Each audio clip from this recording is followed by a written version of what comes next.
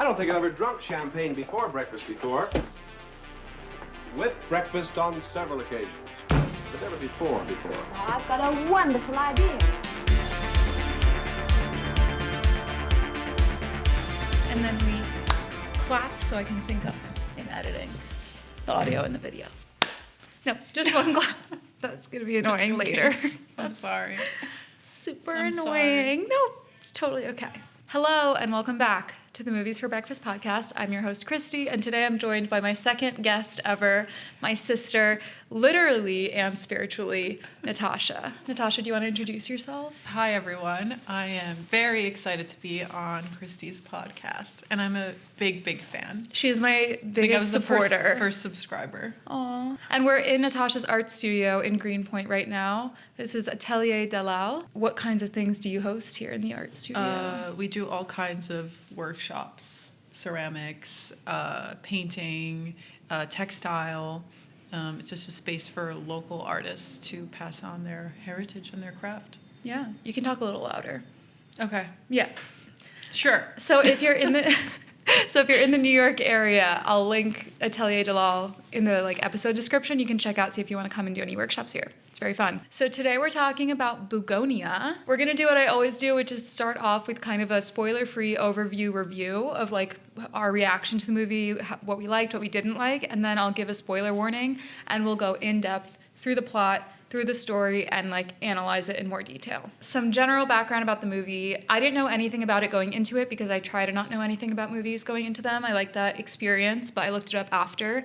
And it's based on a 2003 movie called Save the Green Planet. It's a Korean film by Jang Joon-hwan.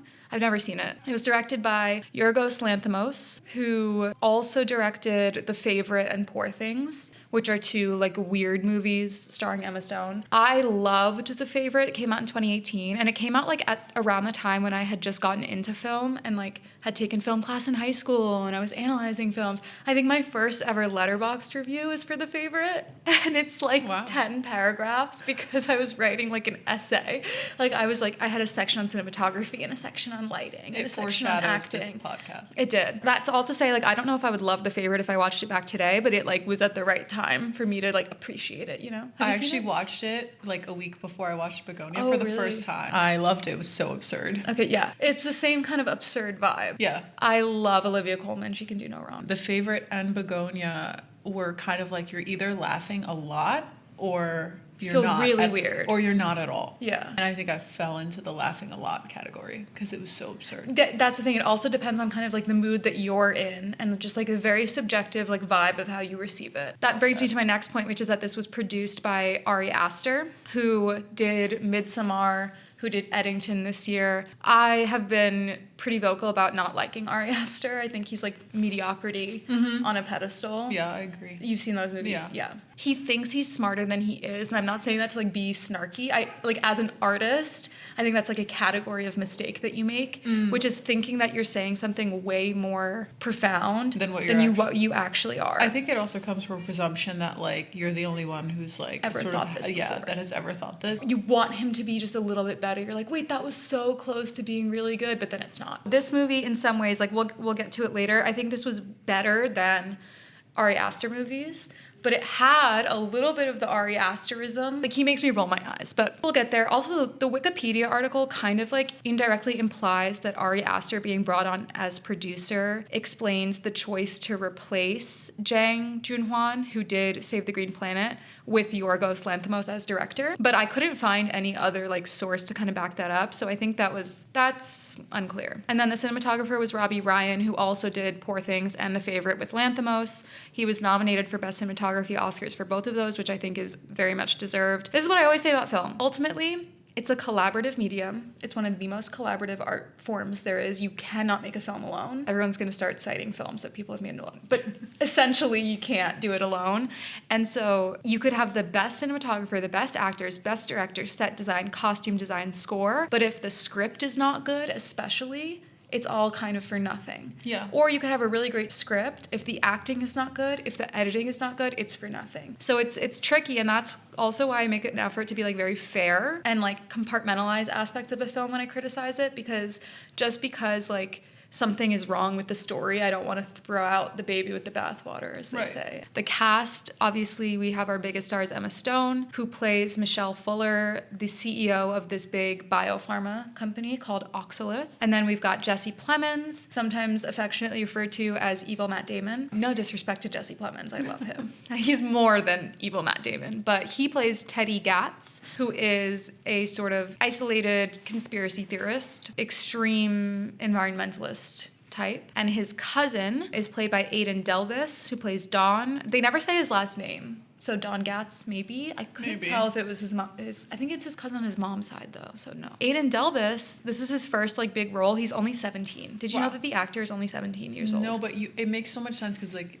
the innocence. The youth that comes across in his role could not have been an adult, like literally a 17. Child. What I think is crazy. And the character in the script was not explicitly neurodivergent the way it was written, but Yorgos Lanthimos said, like, in the process of casting, it started to seem like it would make sense for the character to have someone neurodivergent. And Aidan Delbus submitted from an open call submission. Like, wow.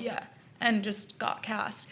Very interesting guy. I read, like, an article, I think, in the Los Angeles Times about him that I'll probably forget to link, but whatever, you can look it up. But I really liked him. I think every time I see, like, an unknown face in a blockbuster, I'm excited. Yeah, it also feels human. So, like, it removes a layer between, like, you and the film where you're like, okay, this is not an actor. This is the character. Yeah, like, it's not Ryan Reynolds or whatever. Exactly. I don't know why I just thought of him. Right. My knee-jerk reaction, I think I gave this movie 4 stars, but upon reflection, I actually think I'm going to give it 3.5 stars out of 5 because I think it had a really interesting point of view. I liked how specific it was. I think a lot of movies this year are trying to do, like, a broad, we live in a society kind of take.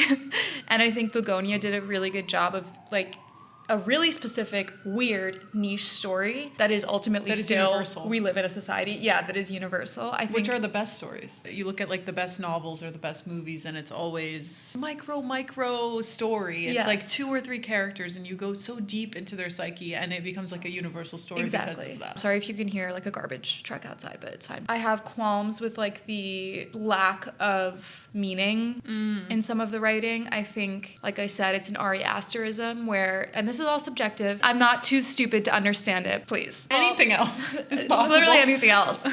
I'm ugly, I'm annoying, but please, like, let's be serious. Let's be serious. Yeah, but everyone resonates with things differently. And for me, Ari Aster in general, Poor Things, this movie, they're missing a core heart at some point. And I think there might be a deep, like, observational truth about human behavior or something, but there's a lack of, like, a deep emotional truth to discover. And in this one, I think it was a little bit better because of Aidan Delbus's character, Don. He kind of serves as, like, the heart of the movie in a lot of ways, and he provides more of an emotional depth that would otherwise be lacking. But I still sometimes found myself being, like, captivated by the tension and the action, which was really good.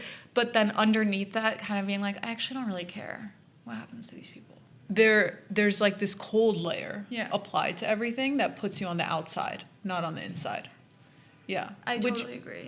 Which maybe is the point. Maybe is the point. Yeah. Is that this is, like, it's a confession of, like, a view of the world, which is cold. Yeah. I totally think it's the point. I think it's the idea, but I personally don't enjoy that. I like to feel, like, deeply connected to a character. And I did feel deeply connected to Dawn, but not to the others. The strength of this movie was in the pure tension, the suspense, the more, like, thriller aspects of it were perfect. And I really like suspense action thriller. I really, really like that in a movie, and I think it's so hard to do, and I think those things were really good. Do you have any other thoughts that you want to say spoiler-free, like some of its biggest strengths, weaknesses, what rating you would give it if you want? I think I would give it a 4. The reason being I was captivated by it for the entire time, which I find hard, like, in films these days. And I do think that the film itself stuck with me, even though I didn't ruminate on like the characters or, like, the meaning, but it did feel like someone said something about something. Natasha's struggling with the concept of the spoiler-free section. Yeah, I am. I was in the movie theater when I watched it, and I was with my friends, so, like, talk about the context in which you're watching something. So I was laughing out loud. Yes. Often the only one laughing out loud. Me too. I was laughing in the theater and no one else was laughing. Yes. And so I think in terms of taste, if I had to convey my personality to someone, this would be one of the films that I would list on like Get to Know Me. Yeah, like interesting. where it's like you're not shying away from the truth. It's kind of funny. Oh, I love that. You know what I mean? Like get the truth out there and like let's go on But let's with be that. a little silly. Yeah, let's I not. wish let's we not had seen be it delusional. together. I wish I had seen it with you because I went alone. I think people should go see it. It's definitely going to be a topic of conversation for the rest of the year. It's going to be in the award season mix. Worth seeing, very interesting. I personally would go during the day or go with someone. It's not a horror, but I would say it's very suspenseful and it borders on psychological thriller. But the tension in it was really good. I think that its strongest suit was like pacing and tension. And that's so fun when you're like prepared for it. If you haven't seen it, go watch it and then come back. Otherwise, we're going to get into spoilers and we're going to get into the plot. Bye. Spoilers, bye. Come back. I made a mental note to give a content warning because in some of my older episodes, I was getting into stuff that I was like, I probably should have flagged this. And in this movie and in this discussion, we are going to talk about like suicide, depression, and dark existential themes. So if you're feeling sensitive, maybe skip.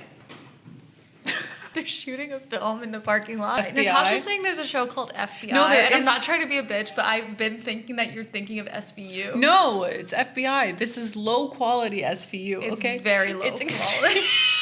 They're having like a gunfight outside, but we were so confused. with like a baby gun, and the gun is going. Pew, pew, pew. We were so confused what they were shooting because there was a cowboy.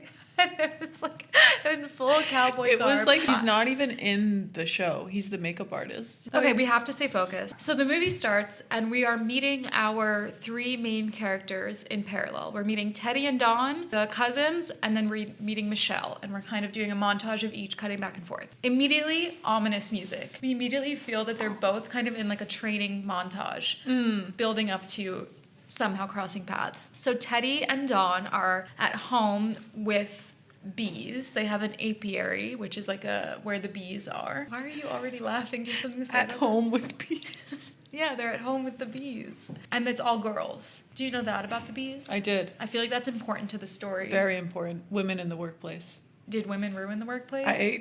Teddy is talking to Dawn about the bees dying, colony collapse disorder. I was talking about colony collapse disorder in like 2012 in middle school. So this has been a thing for a long time. We all know about the bees save the bees. He seems rather fanatic about it. And something I really liked about like the costume design and hair and makeup and everything is that Teddy, played by Jesse Plemons, is very honey colored. Like he's a ginger and he has long hair Cute. and like a beard and his eyes are kind of like hazily or like caramel colored. His skin is like freckled. He is very honey colored. Dawn is his younger cousin. I personally didn't pick up on him having any intellectual disability until like 15 minutes into the movie, but he clearly like adores his older cousin and kind of looks up to him, and he'll occasionally push back and question Teddy about his like more radical ideas, but ultimately goes along with them. Meanwhile, Emma Stone is Michelle Fuller. She's like an evil millionaire or billionaire pharmaceutical CEO, and she is very Helena from Succession. Not from Succession, from Severance. Severance. Her character Yes. is very Helena from Yes. Severance, which is like white feminist girl boss evil. Michelle is like strutting through this big shiny all glass cold office in her Louboutins. Did you notice she had the Louboutins on with the red Oh, bottom? yeah. I think they're the Socates, which are like,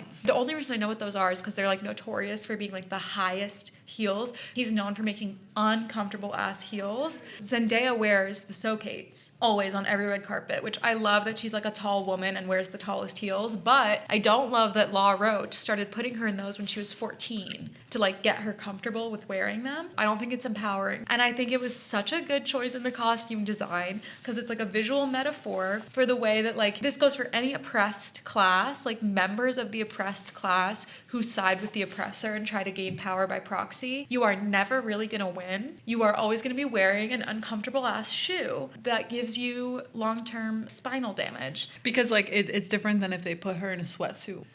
Anyway, she struts through this office and she goes and sits in like like a smaller glass room inside the big office, and it almost looks like a zoo animal enclosure. Yeah. Again, Oh my another gosh, metaphor so much for to say how about like that.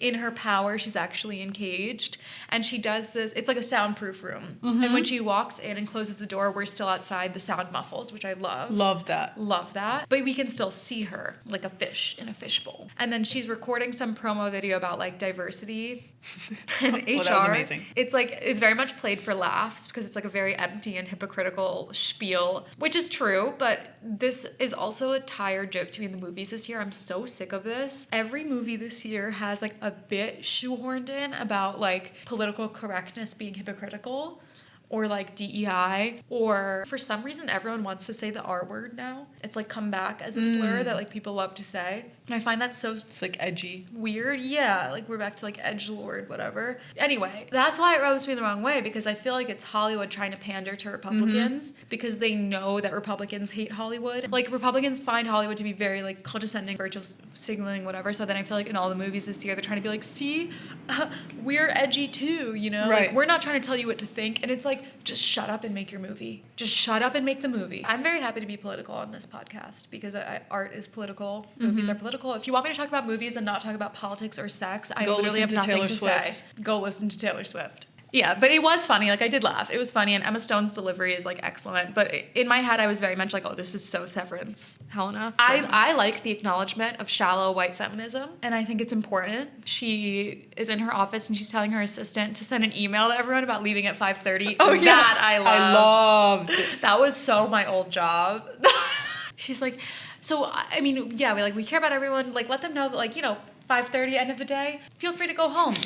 But don't say it, unless you have work to do, because then finish your work, but if you're done with your work and it's 5:30, okay.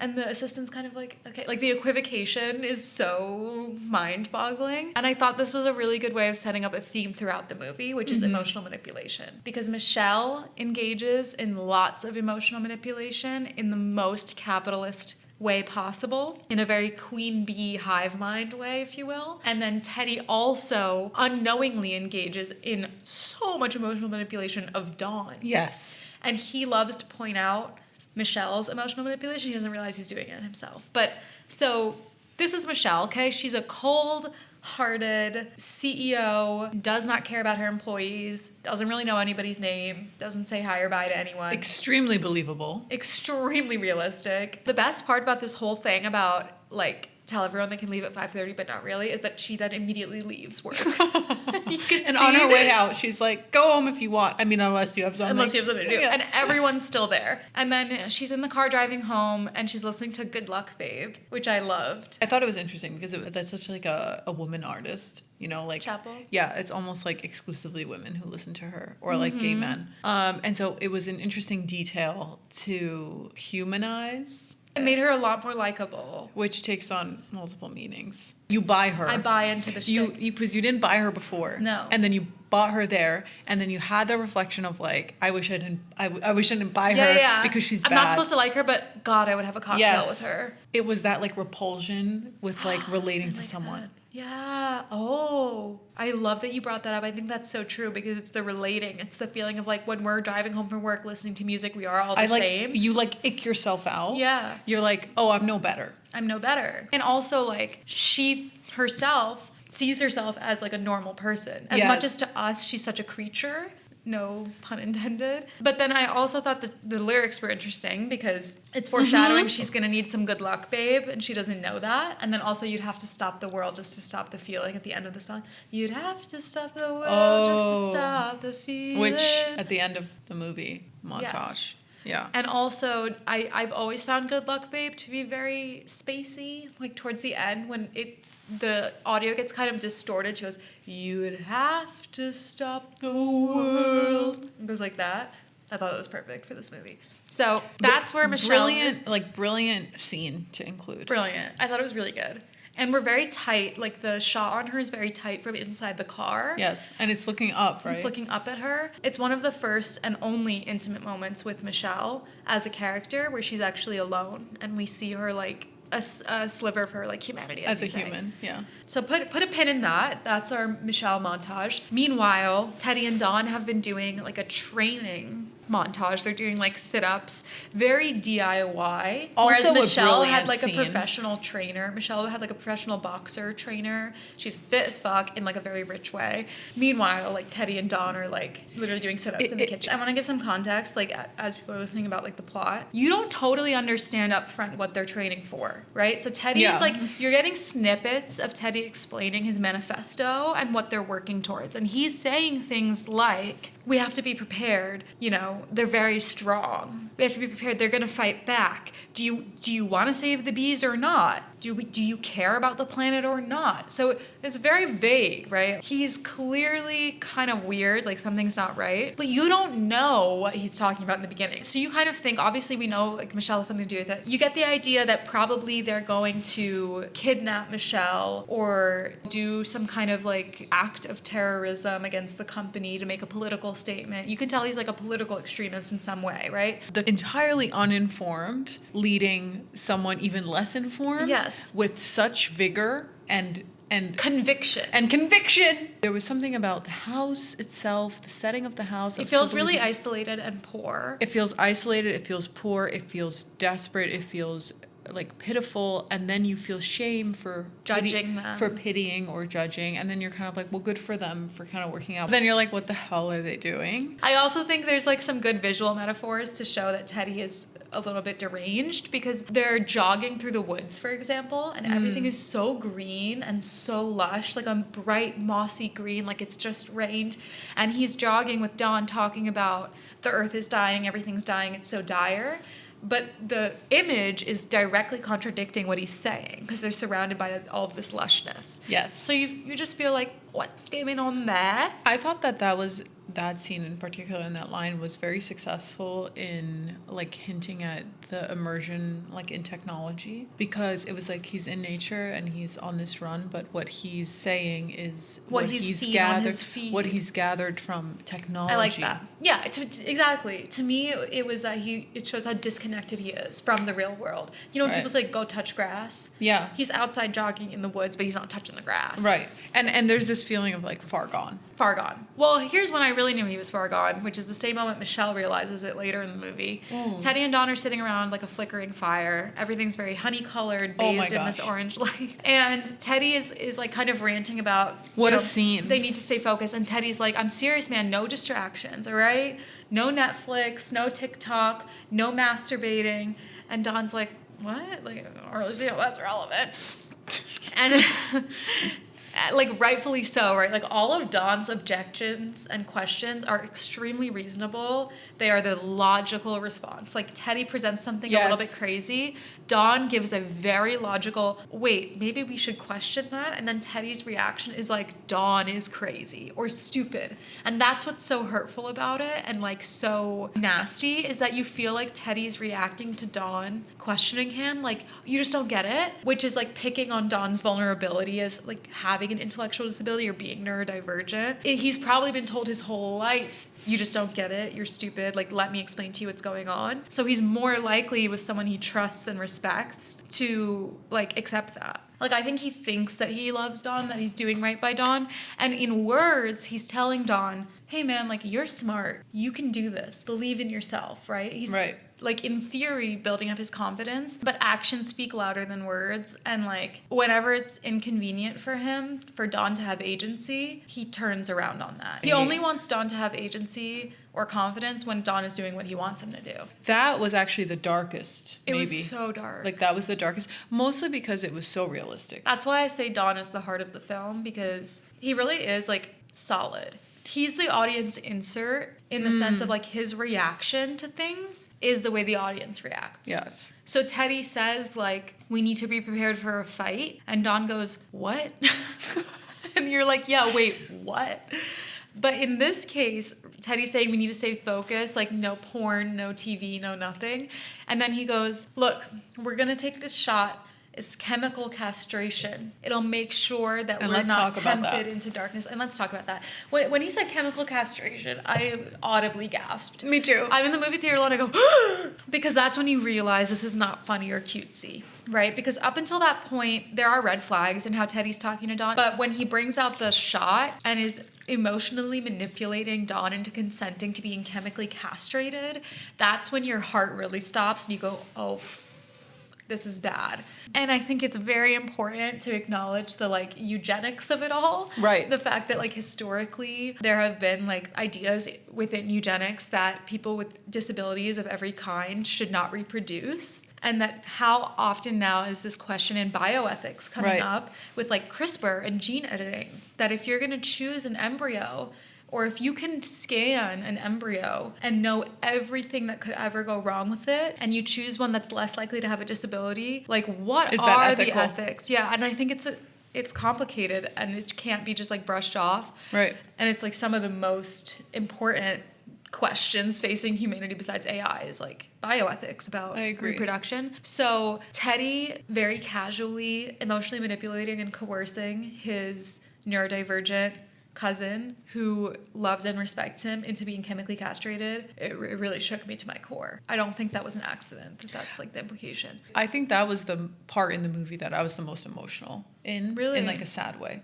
Yeah. Of the whole movie. And it was at the very beginning. Very beginning. But I like Dawn's character was so... It definitely set the mood. It set the mood. But like I was emotional then and then not again. I'm so interested in the fact that you saw it that way because like the way that I saw it was that the chemical castration was a metaphor for the internet almost castrating men with bad I like advice. that. Yeah. Where they are basically getting Darwined out of natural selection by women from bad advice. From other men. From other men. And so the chemical castration was like a metaphor for like advice castration, which like was that. like if you actually follow this advice, you will actually be unable to reproduce or find a mate because who are you taking advice from? In the sense that like reproduction requires like socialization with women. Exactly. And the saddest part was Dawn's innocent bid for wanting to have a partner and wanting to have a life. No. That was when I cried. And Yeah. again, that was the only time that I cried in the movie. But it was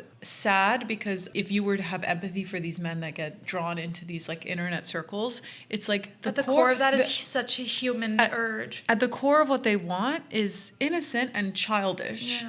In a good way, like childish in a good way. Yeah, pure. And it gets manipulated into, well, you have to be stronger than that. Oh my God, that's such a good read. And I love that read because it's like the opposite of what you would think. You think that like male horniness is like somehow perverted. But there is such It's a human. pure human desire for companionship. Whatever the idea of that is, if it's like the idea of like monogamy and heterosexuality or not. But it is a pure, natural human urge to want companionship. Mm-hmm. No man is an island. No one wants to be alone. Yeah, and they're being offered a lot of dangerous salves to that loneliness, like the manosphere and whatnot. But I also, again, think that this is part of why Lanthimos saw it fitting to have a neurodivergent character, because the idea of like autonomy and the right to a private romantic life also comes up a lot for autistic people or people Yes. with any kind of like intellectual disability or physical disability. The fundamental like ethical question is that everyone deserves love if they want it. So hearing Dawn just very matter of fact, he is the most reasonable person. Very matter of fact, just being like, but you know, I think I'd like to have a wife someday. Maybe I want to have kids someday. And Teddy just like dismissing it and making it seem so trivial. Like I feel like he's just very dismissive. He's very like, well, that's not important because there's not going to be a planet to live on. All right, so they do the chemical castration. They actually both do it. That's when you realize like shit's about to go down. You go, oh no. And that's kind of like the apex of their training montage. Michelle's apex was singing Good Luck Babe in the car on the way home from work. Cut to their paths cross. The inciting incident is the initial abduction. So Teddy and Dawn are hiding in the bushes outside Michelle's house with like faces cut out of like a magazine on them. I think it was her face. Yeah. No. Whose face was that? It Jennifer, was like a woman's it was face. Jennifer Aniston. Was it Jennifer Aniston? I literally remember because I was like, this is Jennifer So Aniston. fucking I could weird. be so wrong, but I'm It was pretty- a woman's like magazine face. I'm like 80% sure that it was Jennifer Aniston. And there's something to unpack there, but we don't have time. They're like say costumes are insane, and they have like their like beekeeping bodysuits on, whatever. But you just see the two of them in the bushes, like. This is why I say the set design was so good, and Natasha is an architect by training, so she can speak to this too.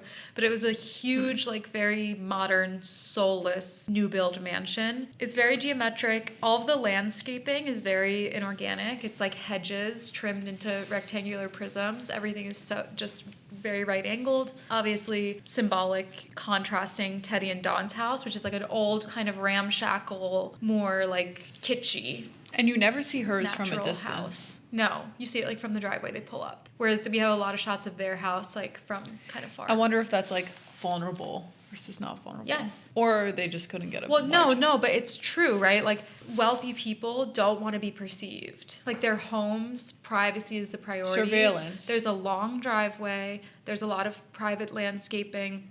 You shouldn't really be able to tell up front how big or nice the house is because they don't want to get robbed. It's true throughout history of like city zoning and stuff that rich people always want to find a way to hide. So she's parked the car. What is it? It's like a Mercedes G-Wagon. Oh, so tacky. Wait, is a G-Wagon a Mercedes? Yeah. That's what it was, right? Yeah, so tacky. Yeah, it was like perfect I for hate her. that car. It's very ugly. And it's so square and boxy, just like her house. She doesn't have any sense of like humanity or softness. And it's also interesting how they're subverting like the gender norms and that's the whole movie, right? The whole thing. The whole point is that the powerful one is a woman and the like disenfranchised underdog, like the bees, is a man. So her whole styling is very sharp and square and pointy and jagged edges, and theirs is all soft and organic and floppy. Their hair, messy. Their clothes, their house, messy, organic, everything like generally associated with like femininity is actually how they're styled. Interesting. He even has long hair. She's styled in like a masculine way with the shaved head. Eventually we'll get to that. But just like her car, her suit, her house, that's very male coded.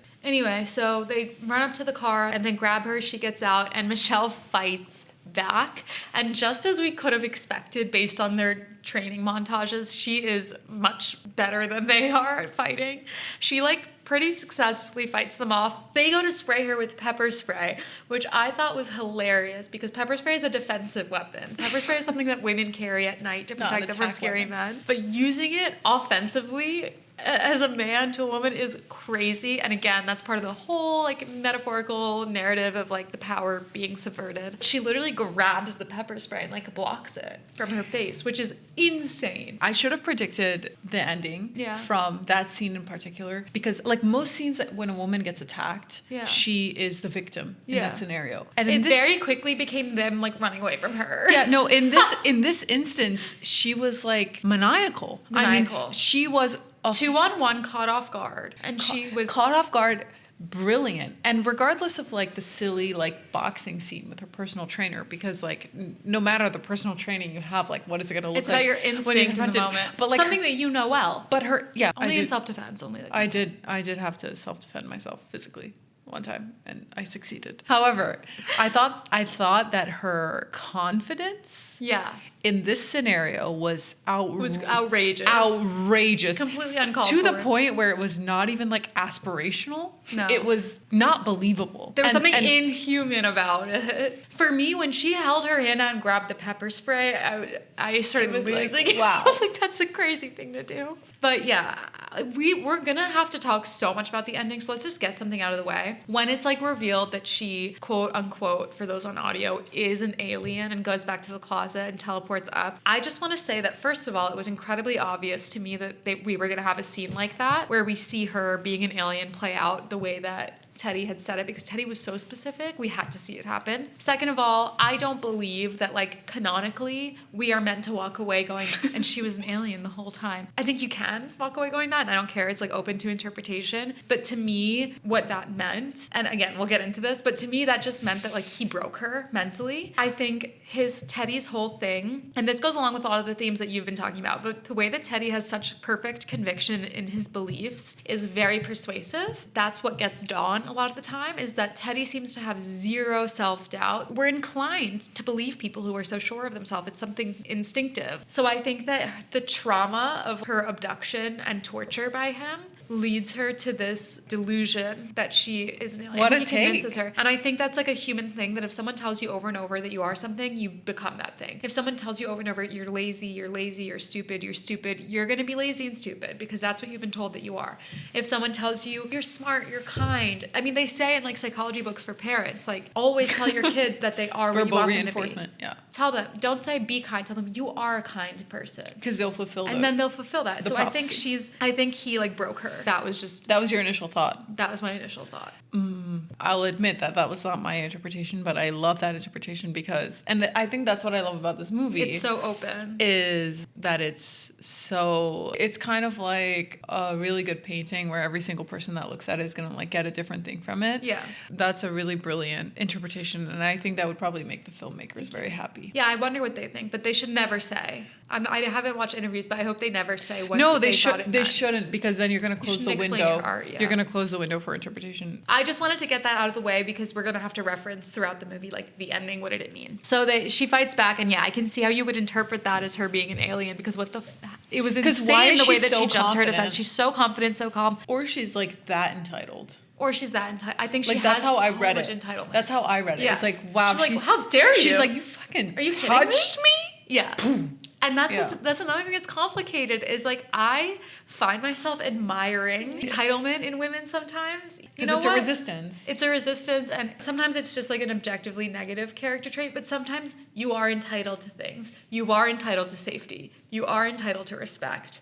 And I like that reaction sometimes when women are just like, what? There was like a Who are you talking to right There now? was an incredible physicality to that Yes. scene that you don't often see. That's why I love Emma Stone too. She Yes. embodied this like machine. Kind of like the same in The Favorite, Yes. where there was this kind of Favorite like was insane. like women shouldn't do that. Yeah. Like scenario. I think that Yorgos likes to play with that and Yeah. likes to see women be like gross and weird Gross. and like yeah. Yeah. And it's to me it's not it doesn't come in a pervy way. It's like true to humanity. No, and I think probably women like it the most. Yeah. Because we have that too. Because we have that in us. She has that dog in her. We get a shot also, like the shooting of the scene is great because we're inside the house at her like indoor pool and we're looking out from the room with the indoor pool. It's like all glass at Michelle and Teddy like tangling in the bushes and they like wrestle and fall like into this very square cubic like hedge and we don't hear any noise because we're inside, which is reminded me of the scene at the office where she's doing the video and she's in that little like fishbowl glass room.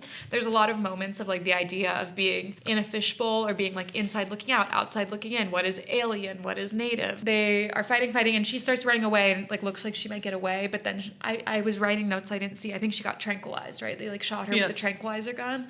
So she like looks down and sees the dart and then she passes out, falls on her face. They get her in the car, and as they're driving away, Teddy's like scrambling to put his seatbelt on, which I thought was funny because again, it's showing how he sees himself as vulnerable and he sees himself as a victim, even when he is the perpetrator, like straight up. Which is true. But he's like urging Dawn to hurry up and buzz her hair off in the back seat. Let me just reiterate, we still don't really know what Teddy thinks, but this is where we start hearing him referring to Michelle as it and not she.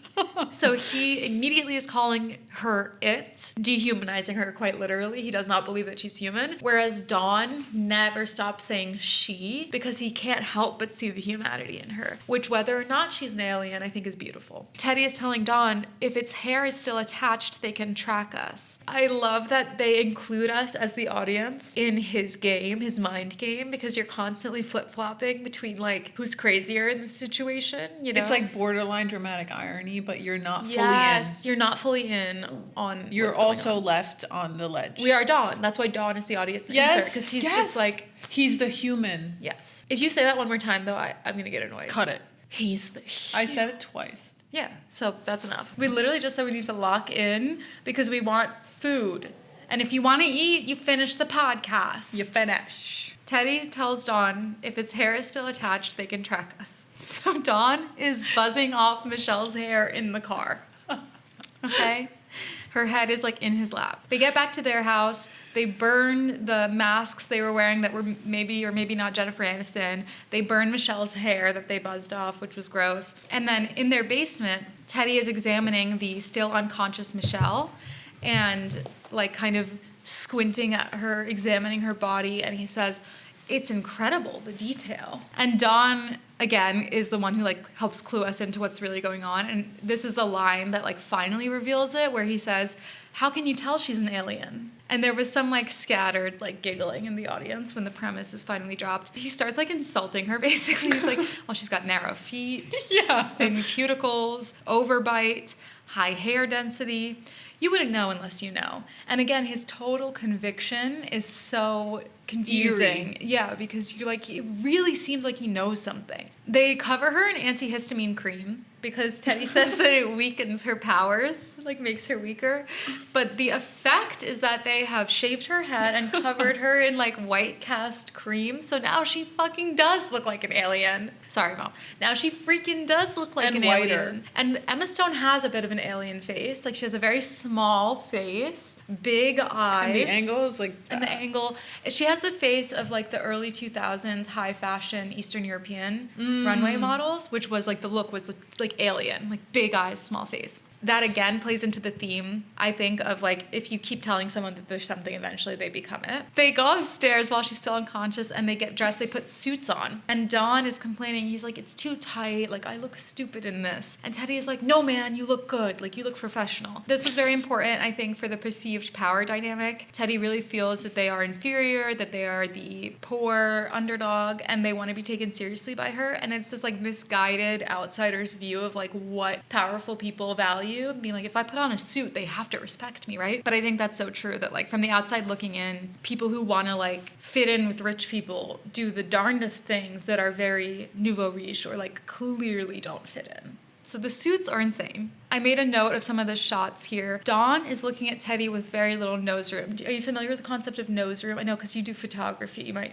I don't know how much overlap there is between like cinematography and photography. But nose room is the concept of like how much space in the frame is in front of a person's nose. And so a standard close-up shot or like a standard 3/4 talking shot, you want to have more nose room, less room behind you. That feels natural. But when you have a shot in film where there's very little nose room and the edge of the shot is close to the front of their face and there's a lot of room behind them, the effect is claustrophobic. It makes you feel nervous, it makes you feel caged in, it makes you feel like you don't have enough information. And that's precisely the effect that we want to feel as Dawn. And on top of that, something that they did in After the Hunt as well, which I really like that they do here, is Teddy encroaches on Dawn's shot a lot of the time. So we'll be cutting back and forth between Teddy and Dawn while they're talking, and then while we're on a close-up on Dawn, or his hands gesticulating are in his shot, he's in his head, he's in his space, and he's crowding him. And that's the effect. Also, here we start to see Teddy kind of lashing out at Dawn. When it comes down to it, like in the moment when he feels pressured, he's bossing Dawn around and belittling him. So he's like, "Let me do the talking, don't say anything." You can see Dawn kind of gets hurt when Teddy's like, "Don't talk at all," when we get down there. Because this whole time, Teddy's been building Dawn up and saying like, "You're smart, you're capable, I trust you, we can do this together." And Dawn has been saying, "I really don't want to mess this up, I don't want to let you down." And so then for Teddy to like predictably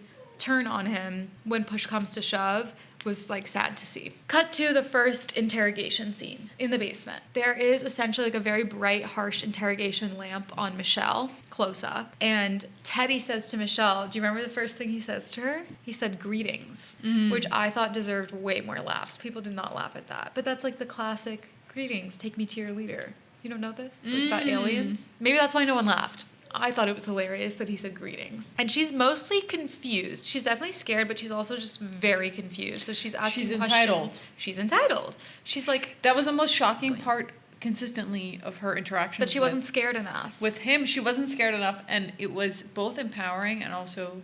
stupid. Frightening. I was so nervous for her. I was like, girl, be afraid. I also, like to your point before of the chemical castration, I thought it was a very, very intentional and important choice to make the reader for them to castrate the men in the roles to make it a non-sexual issue. I did feel relieved Like it was as a viewer, like, because I don't want to watch a rape scene. It was not sexual, but it was gendered. Yes. And that was incredible. Oh, I like that. It was not sexual, it was gendered. And the only thing that was keeping you from thinking the only logical conclusion to this is rape. Was the castration. And the fact that the castration had to be a voluntary thing that they did to themselves, knowing that they could not control. That's what got me.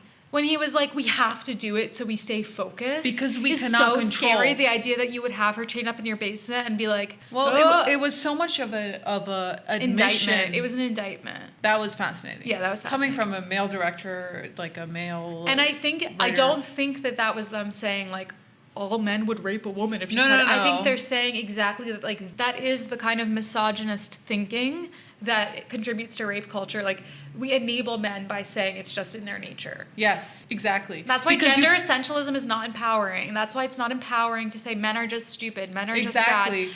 Because that means that they're not accountable for that. Like Don himself as a character refuted the black and white nature, because his innocence in I want a partner and I want a family was just human at its core. It was ungendered. It was unsexualized. Wait, it was fucking funny when he was like narrow feet, like thin cuticles. I was like, every woman? Literally. Oh, that's a good point. Right? Yeah. The male body is the default. There was something about it also that was like, this man has never been close to a woman.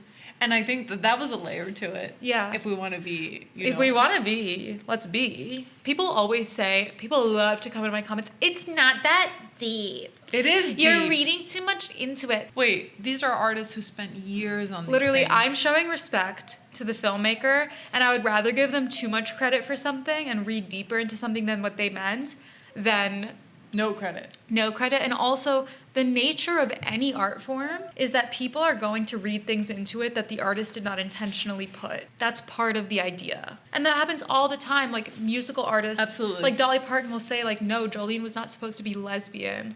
But I'm sure. happy that people interpret it that way. Yeah. Right. Like, she obviously didn't intend that. But she's not going to go, that's not what that means. Stop saying that. What a great song. It's a song. By the way. You know, you please don't take my man. Cut that out, for sure. She says, where's my hair? Did you shave my hair? And he's like, yeah. She goes, why did you shave my hair? Valid. He says, to prevent you from contacting your ship. Also valid. Like, duh. Why are we playing these games? Yeah. And you can see in her eyes, she's like, okay, that's what's going on here. Right. So that's what's going on. So she, at first, her like tactic is to try to calmly explain, like, the police are going to be looking for me extra hard because I'm such an important person, and I'm not saying that with ego, like I just am. And she also says, being a female executive adds a political element to it. So Teddy is pretty unmoved. He doesn't believe her for a second. He says she's trying to mimic human behavior with her Andromedan cognition. In these shots, Teddy also has very little nose room, showing that, again, even though he is the perpetrator, he is the ringleader, he himself feels trapped and caged, and like he doesn't have any option here. He feels compelled that he doesn't have a choice. He has to do this to save humanity. He's trapped by his own convictions, if you will. And he finally kind of like full out spells out his manifesto. Andromedans are responsible for the techno-enslavement and agri-corporate disintegration of Mother Earth. Techno-enslavement? Wow. Wow. Bars. Wow. Mother Earth? Wow. Bars. Who is this about? And why, when it is primarily Men. did they choose a woman? Well, because of his mommy issues. Like with all conspiracy theories, there's a grain of truth, right? There's much to be said about the techno-enslavement and agri-corporate disintegration of Mother Earth. He also does go ahead and say, take us to your mothership. So, Mother. this is how I'm going to mute your microphone. So after he says this, like, take us to your mothership, it cuts to Michelle, and she's covered in the antihistamine cream, and like the white cream, and she's bald, and she has this like harsh light on her. She looks like an alien, 100%. Or like a fetus. And he's increasingly frustrated by her, quote unquote, acting innocent. Like, to him, she's totally acting. And so the way that he's getting more and more frustrated is really scary. Like, you start to feel like a darker side of him come out. And so finally he says, like, all right, I'm going to give you the night to record a statement to your emperor. And he... Just the way he says everything's so matter of fact. Yeah. So he leaves her with the recording. He leaves her with like a, I kept calling it a recording device. What the fuck is that? A recorder? Like, what is it that, like... Same thing. journalists use. Like, what would you call that? An audio recorder. Then he says, which is like very much like making literal what we've already been saying about him being a victim. He goes, this is hard for me too, you know. Yeah. You killed my family, community, coworkers. I'm being super professional by not gutting you right now, is the last thing he says to her before he leaves. And the music kind of goes dark. And it's like, okay, guys, like, haha, hee hee, but we're not playing games. Michelle continues, she just keeps trying her like corporate de-escalation speak. Like, it's very much what you're taught at a leadership seminar to like de-escalate conflict in the office of like, let's have a dialogue. Let's lay down like the terms, whatever. And her assumption that he's stupid. She assumes that he's stupid, but also that he's rational, that he's someone to be reasoned with, and he's not. Right. And she's transparently condescending. She's so annoying. I mean, right. It's really easy to get an audience to hate a woman. I'm sorry, but that's true. No, 100%. We have so much internalized misogyny, even as like feminists who deconstruct patriarchy as much as we can. There's so much internalized misogyny. It's very easy to get an audience to be like, isn't she a bitch? The music is very eerie, very haunting, and we kind of see her, like we could get a wider shot of her on this cot she's tied to in the basement, and there's a light behind her, and her very round bald head with the light behind it is a visual metaphor for a lunar eclipse. Did you see that? How her head backlit against the circular white light behind her looks like a lunar eclipse. Upstairs, Dawn and Teddy hug and they like jump up and down, which she can like obviously hear from the basement. But they feel they've had a total victory. Dawn is watching the baby monitor on her overnight upstairs. They have like a baby monitor, and she's just sitting there kind of crying in the dark, in the quiet, and he's quite distressed seeing that. Again, he's the human, he's the audience insert. It's impossible not to feel distressed seeing another human crying in fear and in pain, if you have empathy. Teddy sees him distressed, and he's like, you can't see it as a human woman. It's not a person. It knows you're watching. It's manipulating you. To me, this is such a good like allegory for patriarchy in general. Manosphere. The overt dehumanization of women. It's never a woman genuinely feeling pain. It's always a manipulation tactic. It's a game that they're playing with your mind, and it's this like systematic effort to desensitize you to the suffering of women. Same thing happens with race. Like the desensitization, like to brown kids starving, you know, it's like there's like a rhythm to it. Yeah. Which is like in this film, there was that rhythm. Yeah. Which is like, oh, you feel bad for Teddy and Dawn. Yeah. And then, oh, they suck. And those things like coexisting, but there was a specific rhythm in the film. There is no, like, something that was really good from Ta-Nehisi Coates from the message that he said on Israel-Palestine is the truth is that there is no perpetual victim. Like, it can be true that a group of people have historically suffered and been victimized 1,000,000 times, and then the 1,000,001st time, they can be the victimizer. Yes. There is no perpetual victim, and I think this movie is a good exploration of that dynamic. So Dawn says, when Teddy chastises him to like not have empathy, Dawn says, I'm sorry, I promise I won't mess this up. And he says to Teddy, I wish I could fix everything that's been done to you. So Dawn has such deep empathy for Teddy, and he sees Teddy as like a broken person who's acting out of all of that suffering. He's quite aware that Teddy is acting out as a reaction to all of his suffering. He's aware and Teddy's not. You know what I mean? Like, he can see Teddy better than Teddy can see himself. And he feels bad for Teddy, which Teddy rejects. You know, he doesn't want that. There's a lot of irony, like I said, in Teddy's constant emotional manipulation of Dawn, while saying that Michelle is trying to emotionally manipulate Dawn. He's like warning Dawn to protect against that emotional manipulation. Meanwhile, he is actively doing the actual emotional manipulation. And then Dawn is in bed later watching conspiracy theory videos about Andromedans on his iPad, and you kind of get a sense that there's like some sort of like 4chan community about this. Yes, and I think something that was interesting is like you don't know that whether he's the leader or the follower of that movement. Teddy. In particular. Yeah. Because I got the sense that he's just part of a forum. You get the sense that he's the follower, but I But think what if he really... But I think later in the film you get the sense that he's the leader. When we reveal his like room of body parts. Yeah, when you reveal his room. I think he's the probably the only person who has ever acted on it in this way. Right. I think there was like that was a fascinating detail, right? Because it was like, is he just like crazy on his own? Is he a victim? Is he not a victim? Yeah. So we get the first flashback now. While Teddy's watching the baby monitor of Michelle in the basement, we suddenly cut to a black and white flashback with a very scary chord in the score, like, and it cuts to this flashback. That to me was a huge jump scare, scared the crap out of me. Something about the spontaneity of it, I don't know. But we pretty quickly get the vibes that he had a mom with Munchausen syndrome. That's what I thought, at least. I think later we find out it was not Munchausen, she was sick. But you didn't get the Munchausen's vibe? Also, I'm sorry for all of the truck noises outside. I think it's from the shoot. They must be like cleaning up the shoot or something. But his mom is like getting some weird giant acupuncture treatment. She's like laying on a table and there's these like huge like needles all in her body. To me, it was immediately a porcupine. He wanted to be closer to her, but whenever he got closer, he got hurt type of thing. Fascinating, because mine was an over-medication metaphor. That too. Well, that's the Munchausen's aspect of like, oh, I see what you're saying, like the Octolith biopharma. Like something about it just seems wrong. It was for you to be shocked, so much medicine going into somebody's body. Yeah. And it being like obviously not beneficial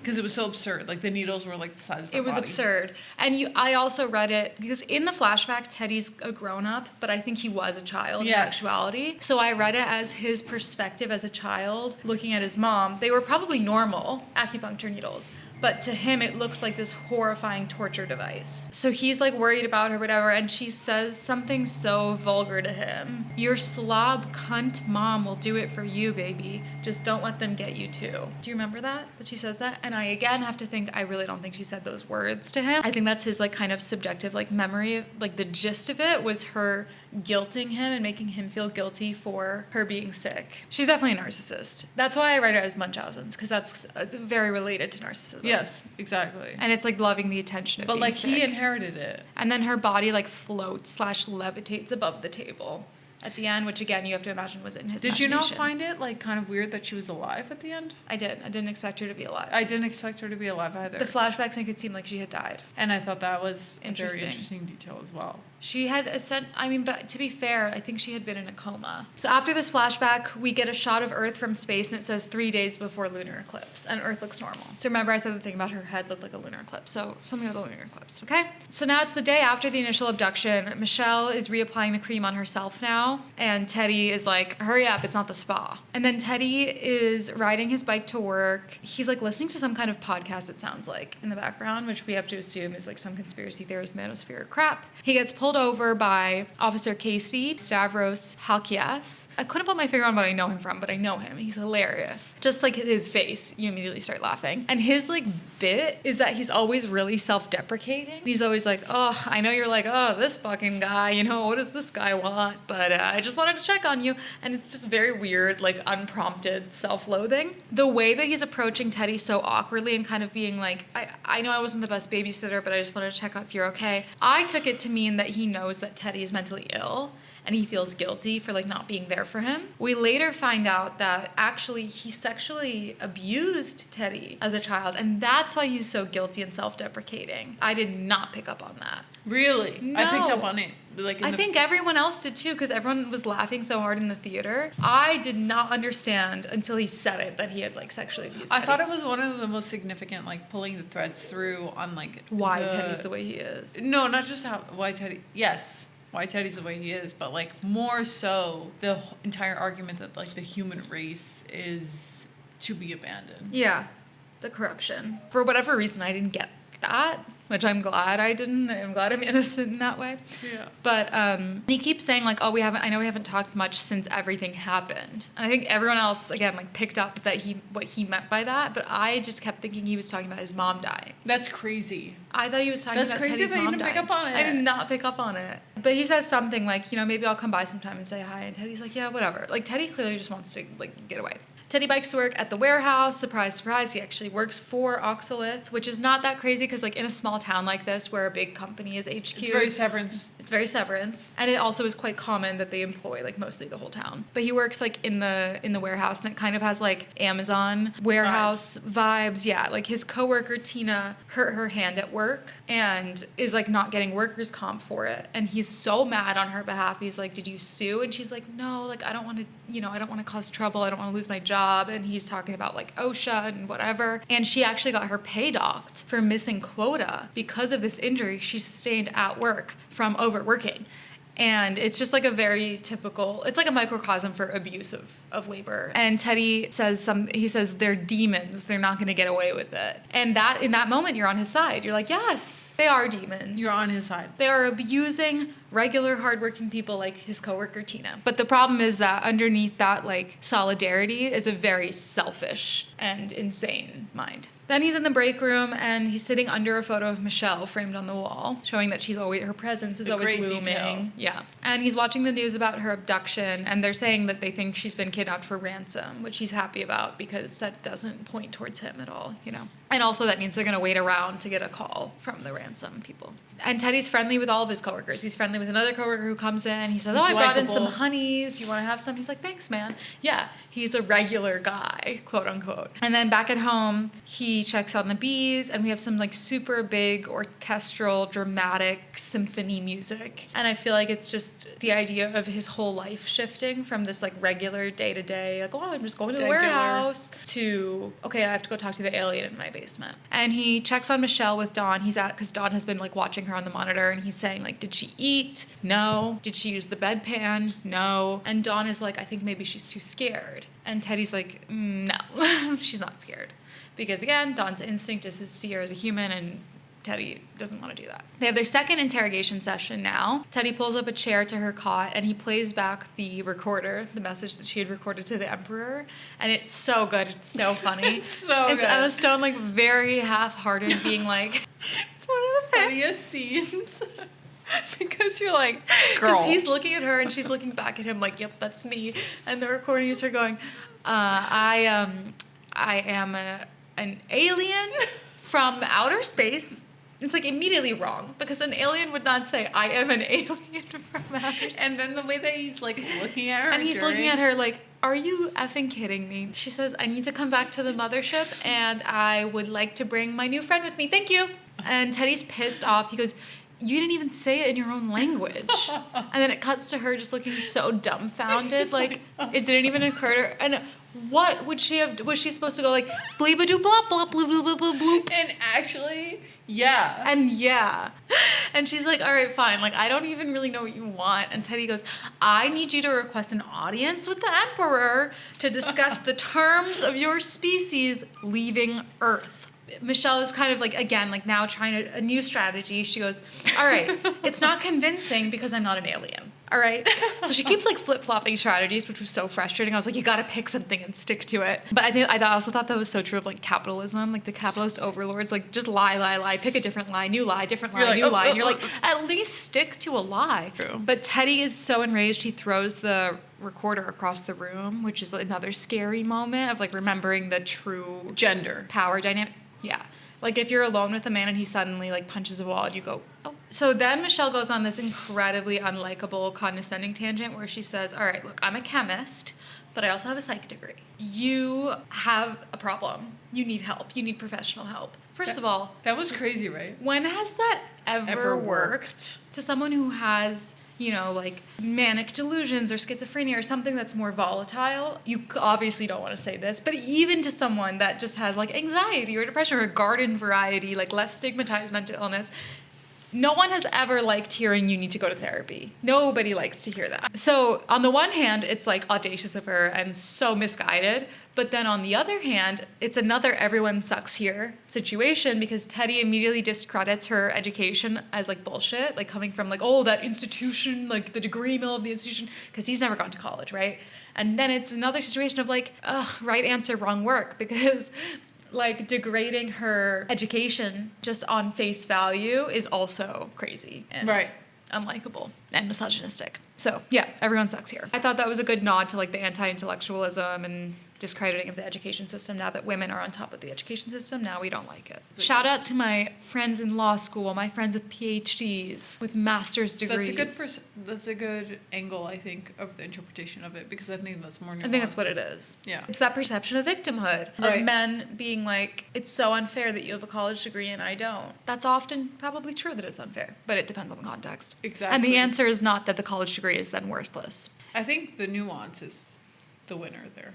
And then Teddy is so mad at her. His response is, you can't talk your way out of this. I'm not a kid anymore. Which then clues us in, you know, as we've suspected so far, that she talked her way out of something when he was a kid. Which is also odd because they seem similar in age, right? You don't think that she's older than him. I actually didn't think about that, but what a good point. So because, I like, think, how much of an advantage could she have had? Well, I think they are similar in age, but he perceived himself as a kid at like 26. Do you know what I mean? She says he's in an echo chamber and he looks around the room and he goes, "Echo?" I thought that was so funny. Such a dumb joke. And it seems like the lighting keeps getting harsher and harsher on both of them as the pressure is mounting and none of her tactics are working. She keeps saying, like, let's have a dialogue about this. He says, don't call it a dialogue. This isn't Death of a Salesman. That got a good few giggles. I like that. Did you read Death of a Salesman in high school? I did. So did I. Yeah. Oh, and at some point he like grabs the chair and just barely stops himself from hitting her over the head with it. Like he swings it and just catches it at the last minute. Ooh, these flashes of violence are escalating, honey. I think that was the most violent scene. You think that was the most violent scene? You remember the electrocution? I actually closed my eyes during that. We're about to get to that. And she asks him, she's like, what do you want? You want money, power, sex? He goes, we have no sexual interest in you. We've been chemically castrated. And she goes, oh, Jesus Christ. She again says, Teddy, you need help. You're mentally ill. And he slaps her very hard in response. And the music kind of cuts out when he slaps her. It's this constant, this is why I say the tension and suspense in this movie was so good, because we're constantly dancing between a lighthearted, comedic tete-a-tete and a very violent abduction. And he says, everybody denies it at first and then they confess. And that's a very chilling statement. I wrote down, OMG scary, has he killed people, ? Because what do you mean everyone denies it at first and then they confess? Because if they've all confessed, what did you do with them when they confess? Right. There's a very big, like, Star Wars sci-fi-esque symphony, like, dun, dun, dun, like, almost like the Death Star, I think, is the evil ship in Star Wars. Later, we see Teddy talking to Dawn about Andromeda and about, like, how he discovered the Andromedons with the help of others online, like we said, like, alluding to a, like, larger community, but we never get a real sense of that. And he rendered the entire ship on his laptop in 3D, the Andromedan ship, which looks kind of like a squid. And he tells Dawn, on board, they might be able to hear our thoughts. So you have to be decisive. Oh, and I also liked, there's like a POV on the computer of him moving through the rendered ship in 3D, and I thought that was a good like visual metaphor for how he's like immersed himself in a simulation, like he's in his own constructed reality. And then one of my favorite lines of the movie, one of the most telling lines of the movie, is Dawn asks him, what will our lives be like in space?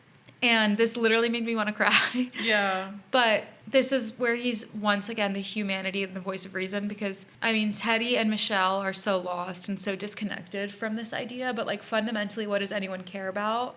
What's my life like? He just has this very human, very grounded idea of, like, what's going on, and the ultimate goal is, like, to live a good life, which is just so foreign to Teddy. And then, again, even though Dawn is the voice of reason from our perspective as the audience, Teddy always reacts like he's crazy, like Dawn is the crazy one. And he's like, what are you talking about? We're saving Earth. We're not leaving. And Dawn seems really disappointed, like he wanted to leave Earth. And he's disappointed at the idea of, like, kind of being stuck here. And then he also confesses that the castration shots made him feel really weird and crazy and sometimes sad. And he asks, like, if Teddy feels that way too. And Teddy's like, I don't know, it'll pass. So again, Dawn is more connected to himself. He's more self-aware. He's more in tune with his body and reality than Teddy is. And he just very earnestly trusts Teddy and believes that if he, like, speaks up about being uncomfortable, then Teddy will hear him, but Teddy doesn't. And he doesn't care. It's so sad. Then we get another shot of Earth, and this time it says 2 days till lunar eclipse. And if you pay attention, this time you see a little Andromedan spaceship over the Earth. I didn't even notice. What was interesting was, like, was the Earth flat? It gets flatter and flatter. So with each shot of the Earth where it says days till lunar eclipse, the Earth is getting flatter. It's like you're getting more and more and Delulu. the Andromedan ship, yes. we're falling into the delusion. Third interrogation, Michelle is like pulling on her chains, but she's like bolted into the floor in these iron chains. We get a new shot of the basement from like behind the stairs. I don't know if you remember this, but we see there's like in the bottom right corner of the screen is like a box of light where they're all in the basement. We see the three of them, and they kind of look like planets orbiting around each other in the light. And then they're like caged by the staircase and the wall. That's all dark. And it's like they're being pushed closer together into this corner. I don't know. There was something very like outer spacey about that shot. Again, the light is getting harsher and harsher. The contrast is getting harsher. This time, Michelle, her opening is, okay, fine, I'm an alien. And again, I noted that she does look alien, and she looks very afraid. Teddy is backlit now instead of like bathed in the honey-colored light, and he like crouches and grasps her hands, and he goes, okay, let's start over. Cut to, she's tied to a chair with her forehead strapped down and her mouth gagged. And he's like, I wanted to avoid this, but we can't agree on your genome, so we have to do this painful test. And so presumably he's like interrogated her about what her alien genome is, and she doesn't know what he's talking about, and she can't come up with something. And so it's very nerve-wracking. You don't know what he's gonna do, but he says it's gonna be painful. And then he sits at like a table next to her. She's like crying and begging him, like, you don't have to do this, please don't do this. He turns on Basket Case by Green Day from 1994. I loved that song choice, similar to Good Luck Babe. I think it was a really good use of like pop music. I think it's presumably music he listened to as a kid, so maybe it's something that he found comfort in, like nostalgia and through his trauma. And it's also like very similar to the movie tonally in that it's sort of ironic sonically, sonic irony. It's very upbeat and playful compared to the lyrics, which are like really dark. And the lyrics are like, I feel crazy, I feel paranoid. One of the lyrics is, my shrink says a lack of sex is bringing me down. I just thought it was the perfect song. So he's blasting this song, Michelle is begging for mercy, and Teddy electrocutes her continuously at extremely high voltage while she screams in agony. We've talked about this. Neither of us can watch torture scenes like ever at all. I feel I've been like deeply disturbed by torture scenes forever, which is normal, but like I genuinely can't watch it. So this was really hard to watch. And there was some interesting filmmaking choices here. So after he starts electrocuting her, we don't see her at all. The camera never cuts back to her. I didn't know. Because my eyes were closed and my ears were closed as much as possible. But I'm saying like that instinct not to see the suffering, they reflected that in the choice to never cut back to her. And this is multi-layered. It's Teddy refusing to see her and her suffering. He's not looking at her as he electrocutes her because he cannot be faced with the harm that he's causing other people, and he can't like fess up to actually hurting somebody else. So he's not looking at her. And then on the flip side, Dawn doesn't want to look at her because he truly is feeling this like gut-wrenching empathy because it's just horrible to watch. And that's why you closed your eyes, because you can't watch another person suffer like that. I also think, as much as it's good for storytelling, I also like enjoy that choice. I've talked about this a lot on the podcast when I talked about Sorry Baby and After the Hunt and Woman of the Hour. The choice increasingly for filmmakers, especially female filmmakers, not to show graphic rape scenes and not to show graphic violence, just to imply it, to be like, okay, you don't have to watch it. In exchange for an extremely prolonged torture scene. I mean, it was still incredibly disturbing, don't get me wrong. It wasn't a suggestion, but it was a small this is mercy. what happened. It lasted as long as it was intended to last in real life. Yeah, like there was no montaging or anything. We just sat there, and he's just like high voltage electrocuting her, and you hear the audio mixing was great too. You hear like some like radio interference noise, like you hear a buzzing noise, you hear Michelle screaming. I would have liked, and maybe this is gonna like, people are gonna disagree, but I would have liked for that scene to be cut. I thought that it was totally egregious. get that. I thought it was egregious, unnecessary, and I think I understand that the point was to villainize him in the sense that like, to go to this extent, you have to have a certain darkness to you to withstand her screams in that sense. However, it was egregious, in my opinion, to make the audience withstand it. Yeah. With him. It was kind of like delivering on all of the tension. I'm not saying I think it should have been in there. I can see both sides. But in some sense, it was like delivering on all of the buildup of like him becoming increasingly cruel. Yeah, it also like, maybe it was necessary for you to never feel bad for him again. Yeah. Yeah, all of those different sounds and the audio are like mixing together, and you feel really overstimulated as a viewer. You feel really overwhelmed. Dawn tries to stop Teddy. Dawn is really distressed by this, naturally, and he's saying like, you're gonna kill her if you keep electrocuting her. And I did really feel like he's gonna like fully fry her brains. He like blows a circuit out, something gets fried. Finally, Dawn steps in and turns the machine off. and stops it. And he might have killed Michelle if Dawn didn't stop it. I don't know. After the electrocution stops, then we look at Michelle, and she looks rough. She's like bleeding from her mouth. She's partly unconscious. I was like wondering if she was even going to be able to speak, like if she had suffered permanent brain damage from that, because I think you could easily like destroy someone's mental capabilities with that. There was an interesting, like, she's mentally stronger than him but physically weaker than him dichotomy that was there. Constantly. Yeah. Teddy is very unbothered by her suffering. He's like so excited because she's off the charts. And the output has never been that high before. And Dawn, again, speaking for all of us, he goes, before? Dawn has no idea that Teddy has done all of this before. And he's so disturbed. Michelle is like so out of it, just like sweaty, bloody vomiting. And he says to her, I'm sorry, Your Majesty. Oh, Jesus Christ. Like, here we go. Another layer deeper. And then we cut to flashback number 2. I have to return to my physical notes here because I had not finished typing it up. Okay, another black and white flashback. He is at the Oxalith building, like outside the Oxalith building, outside by a fountain. Him and his mom. His mom's in a wheelchair, floating in the sky, attached, tethered by her like IV drip. And there's another like bullshit PR statement from Michelle. She's meeting the victims and the families of the victims of some failed oxalith treatment that has presumably disabled his mother. Or maybe it's not an IV, it's her oxygen that she's hooked up to or something. But she's just like barely tethered to earth by this tube, which I think is symbolic of her like life force, kind of like that's all that's keeping her here, and how far away she seems from Teddy and how out of reach. And Emma Stone's character Michelle says something like, we'll cover her treatment, of course, you know, and it's just so heartless and so soulless, and you can see how this is like relatable. Teddy's origin story. Yeah, I mean, you were on a jury for a medical malpractice lawsuit recently, and I feel like this reminded me of that somewhat. You get the sense that like she feels bad, but maybe she feels bad in the way that you feel bad when you spill your coffee on someone on the sidewalk. I mean, it's the idea of like you need legal consequence because there is no ethical consequence that it's like the humans are like born into out of. You can't rely on that. No. Okay, then we see that it's one day before the lunar eclipse, and this time, the Earth is looking flat, and we see the ship over it.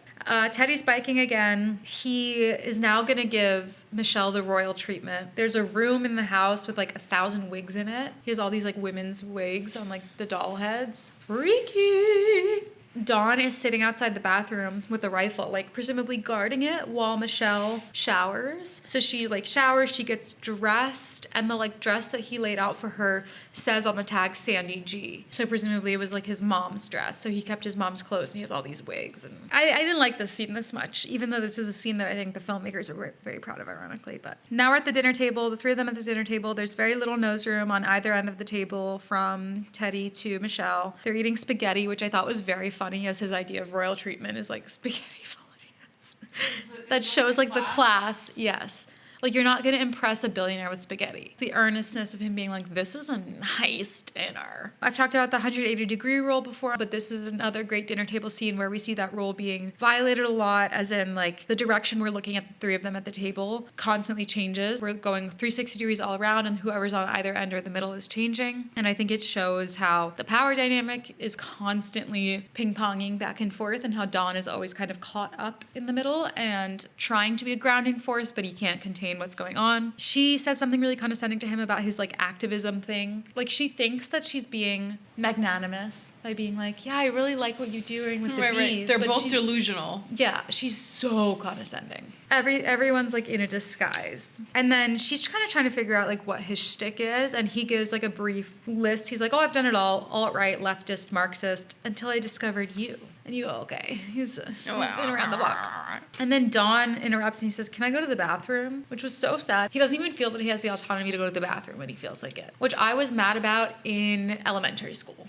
So, being a grown-up. Isn't that, like, that's an intentional nod to your childhood? Oh, yeah. The innocence of can I go to the bathroom? And the indoctrination of authority. I think it showed how much control Teddy has over him. Yeah. And how much he abuses that, like, trust. And there was, like, this hope in that moment, right? That Dawn would recognize that he's being manipulated. He's, like, on the verge and he doesn't quite. I think the thing is that, like, he is clouded by emotions that are good and healthy. Like, he loves his cousin. and he feels bad for Teddy. Okay, that's actually something so insightful that I think people don't understand about victims of abuse, of emotional abuse, because people love to say, oh, that could never be me. That's embarrassing. I would never be in an abusive relationship. You don't know until you're in it. And second of all, the truth is that a lot of people who find themselves in abusive relationships or who are indoctrinated into cults, whatever the vulnerable position is that from the outside people love to degrade as like weak, people get into those situations often because of their empathy. Because if you're extremely empathetic, it's really hard to see yourself as a victim because you do see even your abuser as a victim. You see them as weak, you see them as suffering, and you feel bad for them. And that is what drives a lot of people to stay in abusive relationships or abusive dynamics, is because they're like, well, I know that he's treating me poorly. 100%. But I feel bad for him. 100%. And you saw that in this dynamic. You see that in this dynamic. Which was that he's being treated as a child, but actually he's being the adult by not taking it personally and recognizing that Teddy needs him more than he needs Teddy. He feels bad for Teddy. He's self-sacrificial. Yeah. To a fault. Like a lamb. Like a lamb. All the way to the a end. slaughter. One of the problems is you can't talk in general, so you can't give people advice in general. You can't say be more empathetic or be more selfish, because with like self-help stuff, like when you have this wave of like, I feel like we're past this a little bit, but there was this wave of like millennial sort of like anti-Catholic guilt sentiment of like, do what's best for you, focus on yourself. That message is going in one ear and out the other for people like Dawn, who are never going to stop being self-sacrificing. And it is speaking loudly to people who were already selfish. Exactly. It's the wrong message. It's reaching the wrong. And then you turn around and say like, and now there's a movement towards like, community means being uncomfortable. Community means being inconvenienced. Who's listening to that? People who are already taking care of their community. Exactly. People have an innate tendency. Nature. Yeah. I have to go to the bathroom. Go to the bathroom. Do you want to keep going? Yeah, is that okay if I keep going? Yeah. No, you just asked to go to the bathroom just like Dawn.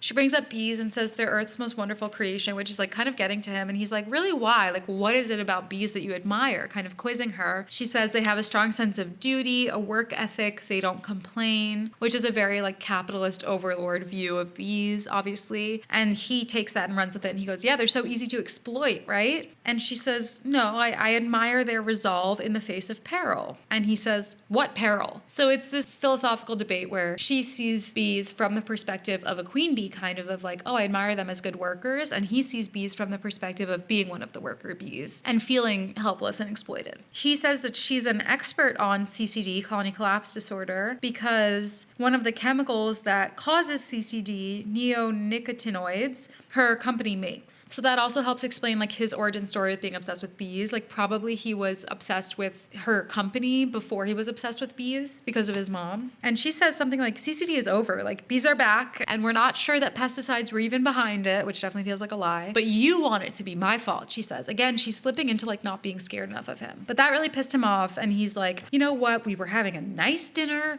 but you are lying. You just can't stop lying. And she again pushes when he's already like escalating. And she says, I know you. I know Sandy Gatz. That was your mother, right? Which, because remember she saw like the name Sandy G on the dress, which probably helped jog her memory. And she says, that was your mother. And he goes, she is my mother. And never say her name again. This is not about that. And she goes, how could this not be about that? Which is true. And then we find out that it was opioid withdrawal meds that they thought were helping. So I wonder exactly what the deal with his mother was, why she was on opioids in the first place. It could have been that she had some sort of traumatic injury or illness that gave her a valid like opioid prescription to begin with, and then she became addicted and then tried these withdrawal meds that ended up permanently disabling her. Or she did have Munchausen's and like got opioids even though she shouldn't have. But he keeps trying to get her to stop talking about the opioid withdrawal, about his mom and everything. And he's like yelling at her, fuck you, shut up, fuck you. And then she says something, I can still help. And Dawn is kind of like, oh, can you? Because Dawn is hoping that that's true. Like if she can really help his aunt, Teddy's mom, then maybe this could all stop. All the violence and everything could stop. She says, yeah, I can help you. You needed a mother. She was never there for you. She's just, again, like poking and prodding him where it hurts the most in the most senseless way that I don't know how she thinks that that's going to help. But he literally jumps onto the table and crawls across the table to tackle her and choke her. It was very animalistic, kind of. And she fights back, but he's like really strangling her, it seems like. Like he has her pinned. Meanwhile, outside, we cut to outside the house and the cop car, the sheriff, pulls up. Cut back inside and then like the music starts. The intense music starts. Dawn is waiting in the kitchen with a gun. Michelle tackles Teddy back, strangles him with her scarf. She says, "You can't beat me because you're a loser and I'm a winner, and that's life." And there we see her audacity and entitlement kind of showing again, but also it is true. She is a winner at capitalism, and he is a loser at capitalism in a way. Dawn, to save Teddy, presumably pistol whips her and knocks her out, which is pretty scary. And just then the doorbell rings and we break into silence. The sheriff, having no one answer the door, walks around to a window, which Dawn waves at him out of, and Teddy answers the door. They're acting like everything's normal, right? And the sheriff, again, the self-deprecating sheriff, is like, I bet you're thinking why did I tell this guy he could show up? But here I am. He says he's actually here about a missing person thing. Don't worry though, I just gotta ask you a few questions. Cut to the kitchen. The baby monitor that's showing Michelle in the basement is in the foreground as the cop comes in. And Teddy has to kind of scoop it up and take it away as he walks through the kitchen to get the cop tea or something. The cop is saying oh, it's kind of weird to be back in here. It looks haunted. And he sees that the chair at the dinner table has been nailed to the floor.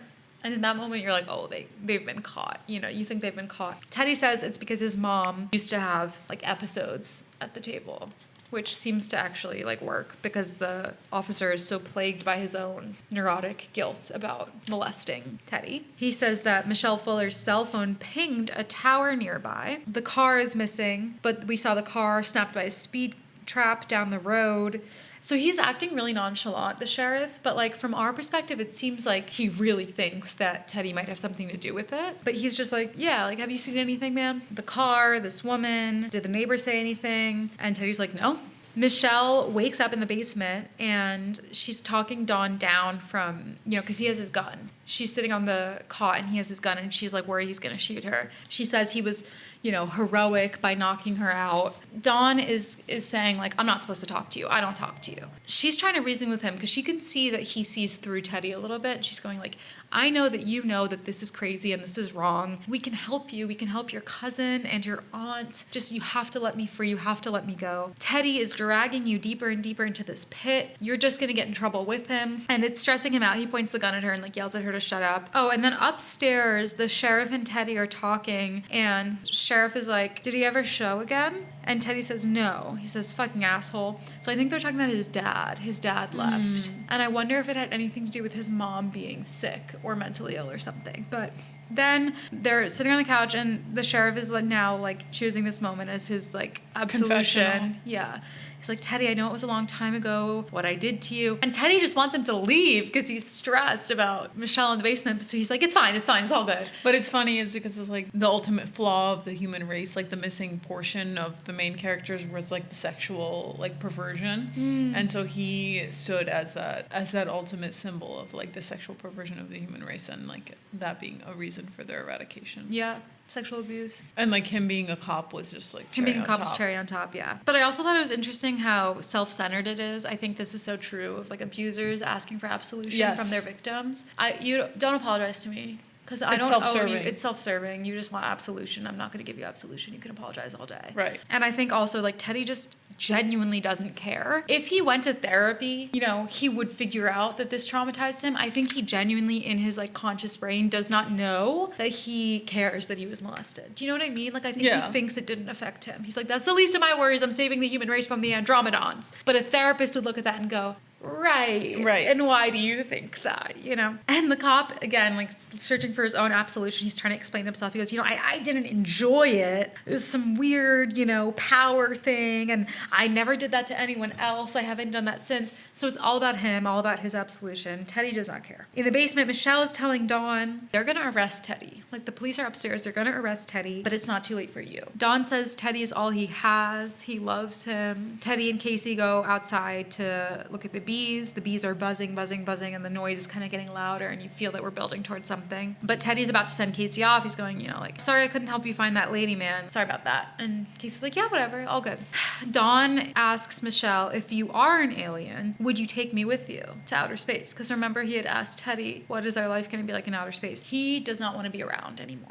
And Michelle says, of course, like, yes, I promise, if you let me go. And Dawn is like, thank you, but not without Teddy. He says, thank you, but not without Teddy. And she's like, okay, please, please, please, you know. He takes a deep breath and he says, okay, I'm ready to leave. Can you tell Teddy that I'm sorry and I love him? And then he puts the barrel of the shotgun under his chin and he shoots himself. Very gruesome. She's immediately covered in his blood.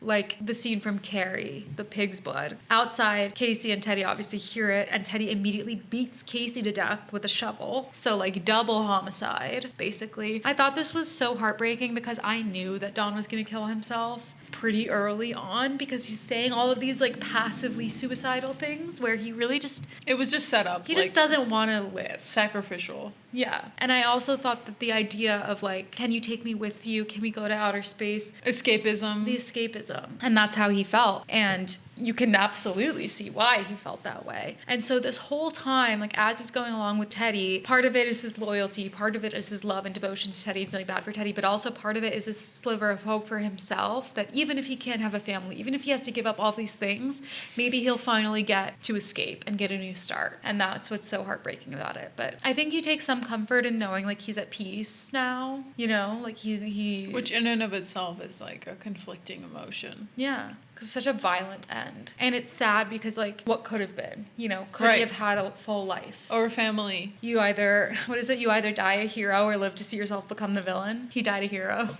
Do you think, given the ending of the movie, that there was a narrative there that he had escaped by the director or the writers that he was right? Yeah, like he left on his own terms before humanity was eradicated. He looked around and went, "This is effed.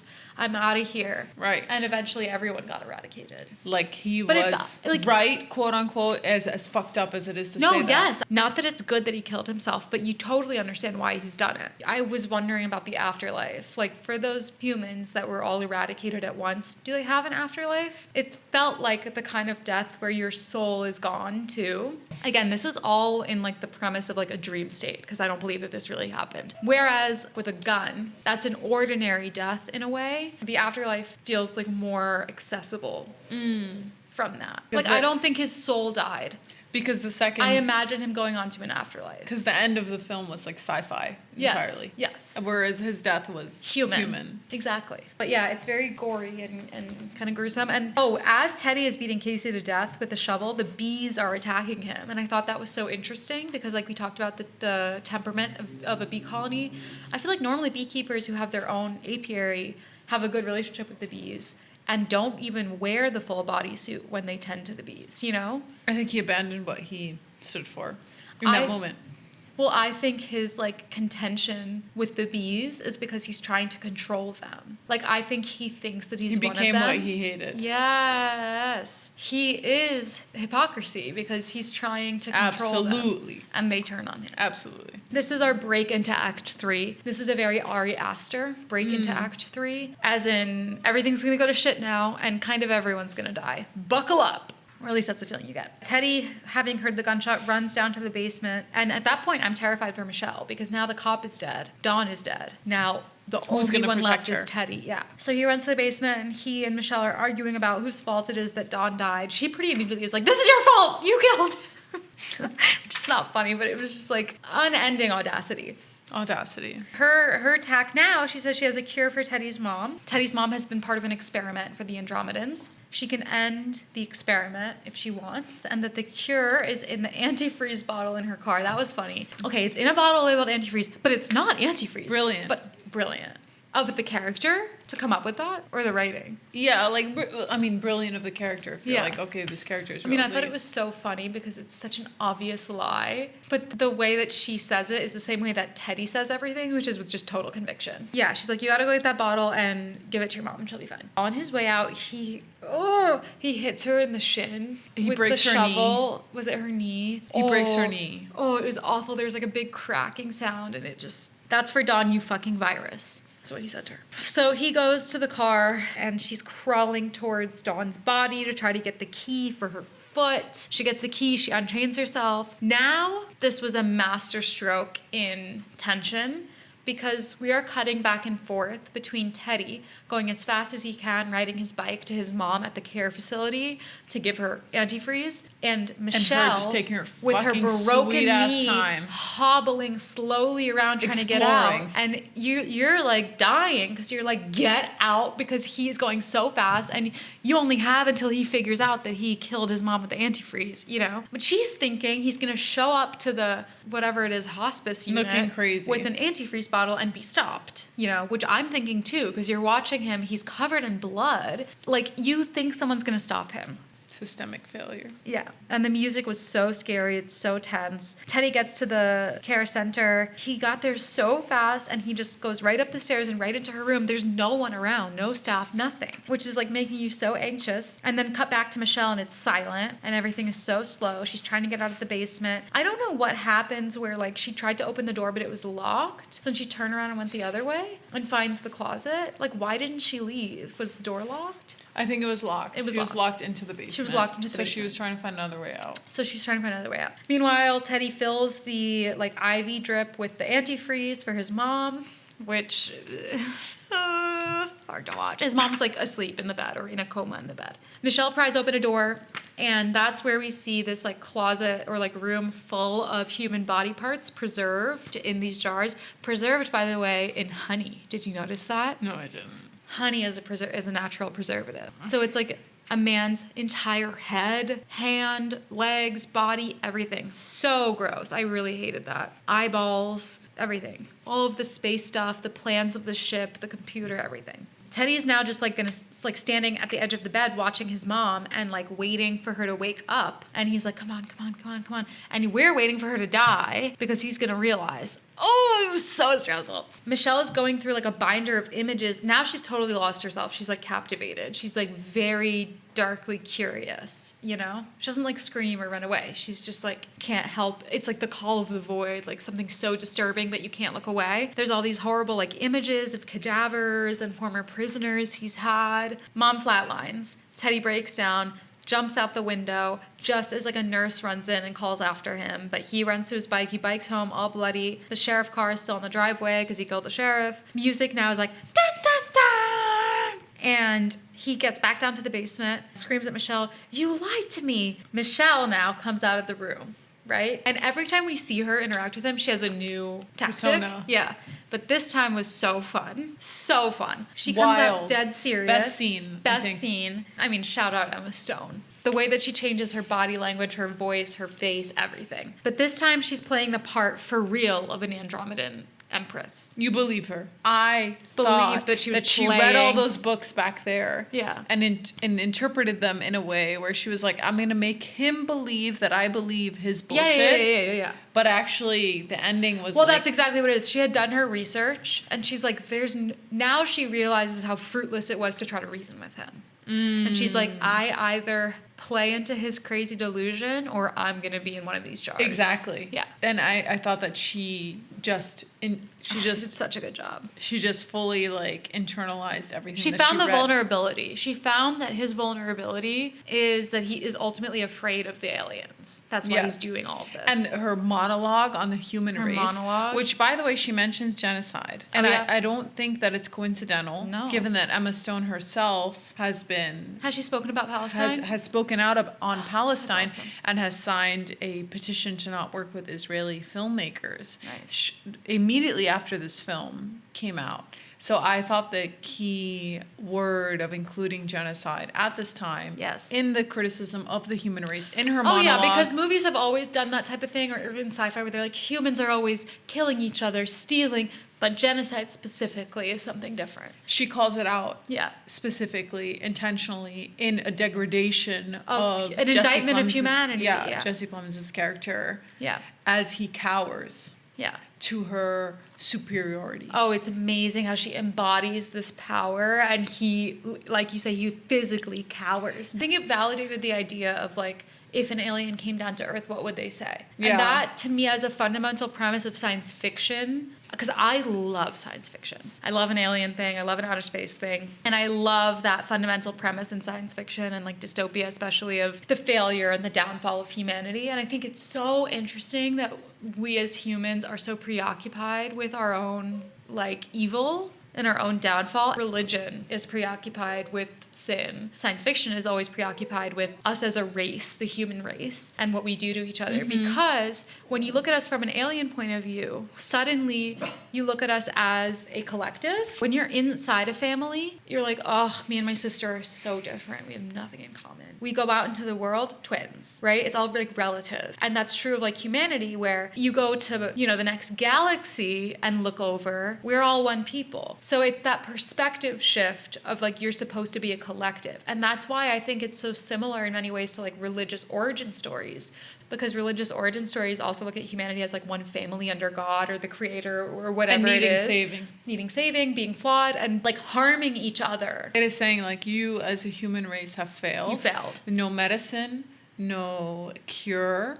That was the ultimate metaphor, is that this medicine they were trying to fix the humans. Right. Yeah. At first, you're like, oh, the medicine that his mother went under is like the fucking medical industrial complex. Like, it's like this capitalist, like evil, big pharma thing. And then it actually expanded into this like idea of aliens trying to save humans from themselves through medicine, which was kind of maybe a metaphor for religion as well. Yeah. And like an unsavable species. Yeah. And then the title Bugonia and the end of the movie. And then also the uncomfortable equivalence to dinosaurs and the extinction of dinosaurs, and that our extinction is inevitable. It's totally inevitable. And that was what made me love the movie, because there was I am human, I'm making this art, we're capable of art, we are capable of people like Dawn, and also we are flawed, and also we deserve to die. Like, if we were eradicated, it would make sense. The premise of the movie was we deserve to die. Yeah. Which is what made me love it. Yeah. Which is say that, Yeah. you know, like it's nuanced. And it hit you at a point in time when a lot of us are looking feeling around, that way. Feeling so hopeless. Yeah. Because we're seeing death on our screens every single day. It is this we are feeling seeing of genocide. Yeah. We're seeing ultimate inequality. We're seeing the failure of humanity. The level of cruelty and injustice does make you just feel like, maybe not everyone, but I feel complicit in everything. And it's like, sure, let the bees live. Yeah. Yeah. Yeah. Ultimately. All right. So, yeah, her speech, her monologue.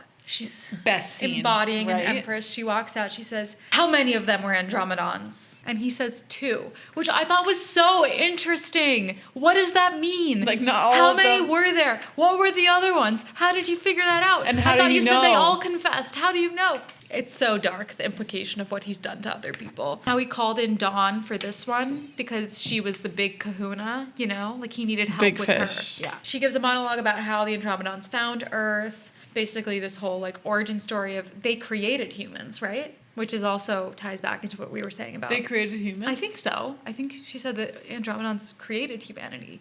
Oh, And then I had missed been that. monitoring them. I missed that completely. She says that the other test subjects are showing progress and we have to show the Emperor the truth. This is our destiny. Cut 2. Earth totally flat. Ship above it. Lunar eclipse. Michelle and Teddy are in the car and they pull up to the office, the Oxalith office. The gate guy is like really surprised to see her driving. She's wearing the like wig and she's like acting normal. She's like, hey, Mark, or whatever. And he's like, Miss Fuller? She's like, yep, all good. Just buzz me in, please.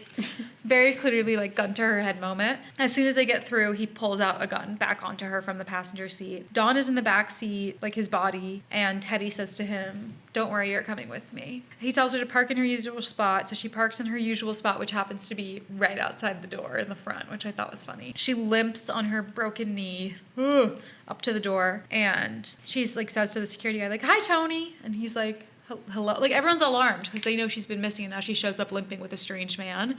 But what I thought was so funny is that no one's that alarmed and they kind of don't care because she's never treated them with any kindness. Like, if that's your buddy showing up to work. Or she has established so much authority that they don't do anything beyond what they are told. Exactly that. And I think that's part of it. And I think part of it is that, like, she's never been warm to them or kind to them. So her behavior is not that weird that she would be this dismissive. Like, it should be giving, like, there's a gun to my head, help me. But they're kind of like, okay. Anyway, they're in the elevator and the floor they get to, the elevator doors open behind them, which startled both of them, which I thought was so interesting. Did you notice that? Like, you know when an elevator has doors on both sides? Like, she should have known that the doors were going to open behind, but she seemed kind of startled by it, which I thought was maybe saying that that wasn't really her office. Like, she got off on a floor where she knew people would be versus her floor. I'm not sure. Anyway, she's trying to act normal to everyone, and she says, it's 5:35, by the way, so if you need to go home, feel free. Like a callback to the email from the beginning. Wild. Everyone's kind of alarmed and like standing up.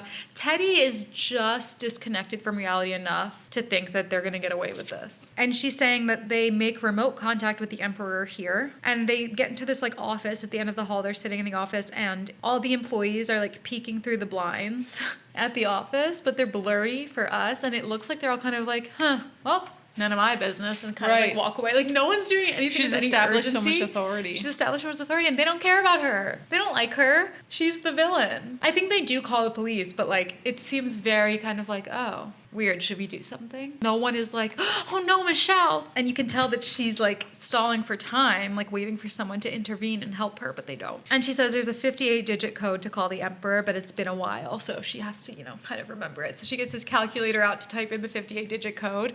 That reminded me of when I was in school as a kid. I memorized pi to like 100 digits or something, which is like, that's why I didn't have friends, I think, is because I did stuff like that. But one of my friends mentioned like it was weird that she pulled that out of a drawer. A calculator? And like it was hidden. And I don't think that I noticed, but like interesting that thing plays into the idea that maybe she really is an alien. Exactly. Because, like, why'd she have that there? Because it was like hidden. Yeah. I thought it was funny. It was funny, yeah. I thought it was funny, the idea of like childhood play, like when you're in the classroom typing like boobs on a calculator, like a calculator. And then she kept looking back at him like that. It's like, and it really seemed like she was just like making up numbers to type in.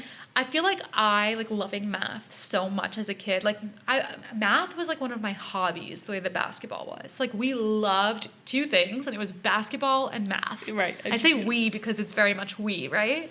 And I got them from you. I loved my calculators. My TI-84, I had the same like physical attachment to it as an iPhone. I still have my TI-84 and I'll never get rid of it. And I used to like make drawings on it and stuff. And so this was so nostalgic to me. Like the idea of kind of like messing around on a calculator typing random stuff. Anyway, she's like, trying to remember. And Teddy's getting anxious. He's like, can they see in here? And she's like, no, all good. He's all fidgety. He's like, why is it taking so long? Finally, he says like, okay, I gotta tell you, I am prepared for all scenarios here. And he reveals that he's wearing a bomb vest, a suicide bomber vest. When she sees the suicide vest, she very quickly like schools her reaction. And she goes, that was very smart of you, Teddy. The Emperor will be very impressed by your know-how or something. Like she's fully in the like, appeasement. Yeah. Fawn.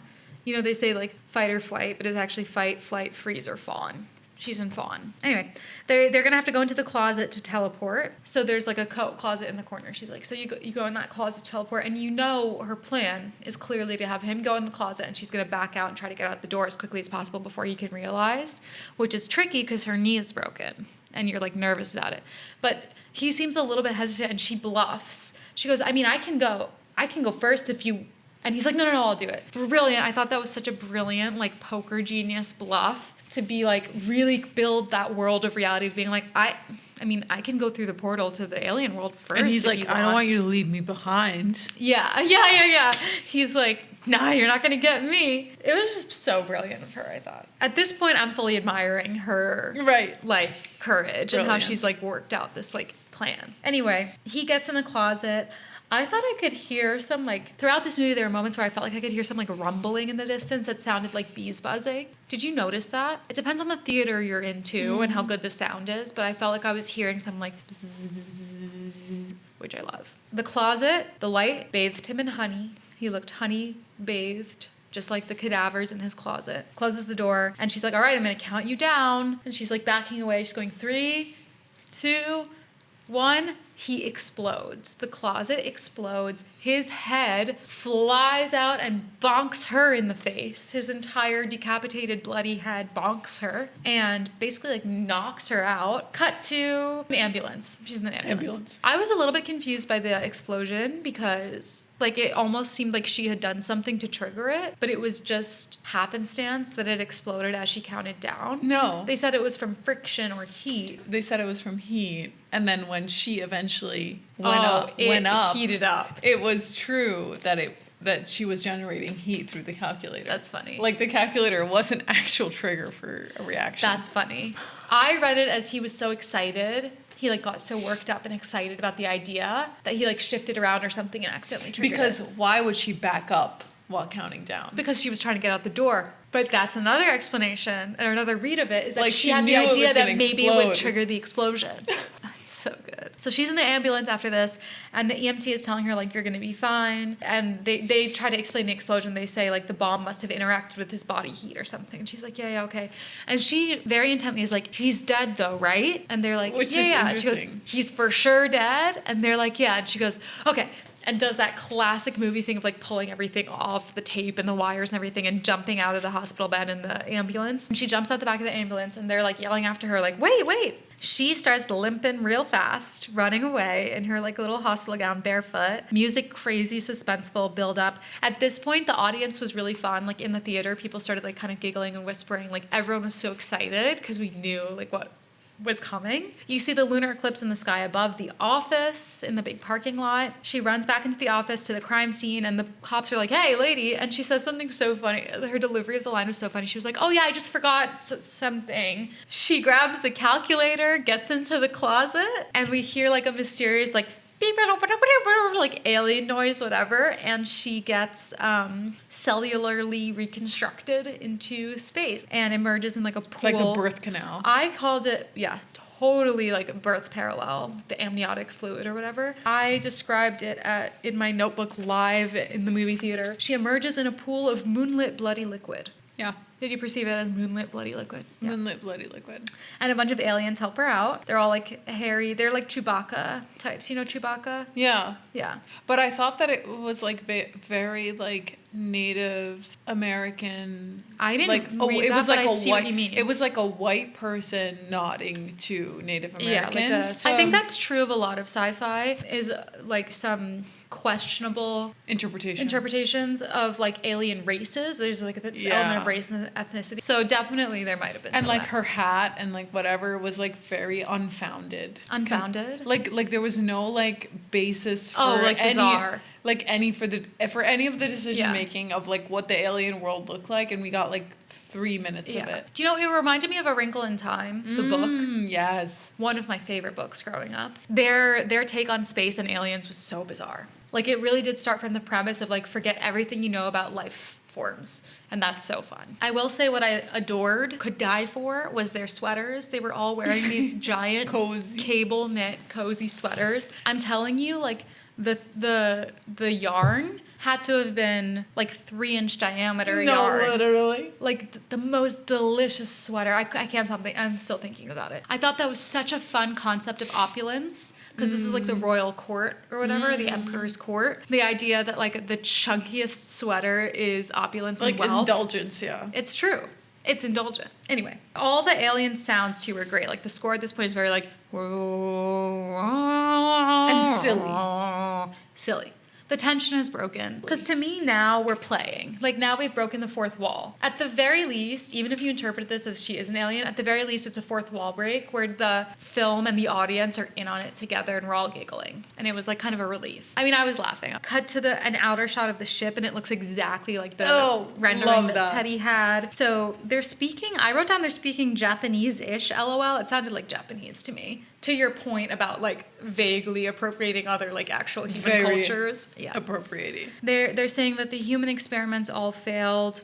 We believe that their time is over. The throne room that they're in is like a red cave kind of. And it's very like circular and organic. And each of the aliens is like sitting on these like jaw-like shells. Like they kind of look like shells, but they also look like fossils or something, or jaws opened up in like a conference circle. The table that they're all sitting around is actually Earth, flat Earth. Specific. With a like smoky kind of bubble around it. It's very emotional as Michelle, the Empress alien now, like approaches the flat Earth and the bubble of it, and she takes like a needle or something, or her finger, I don't remember, a dagger, and pierces it. What did she use? Like a dagger. And pops it. And she like pops that smoky bubble around Earth.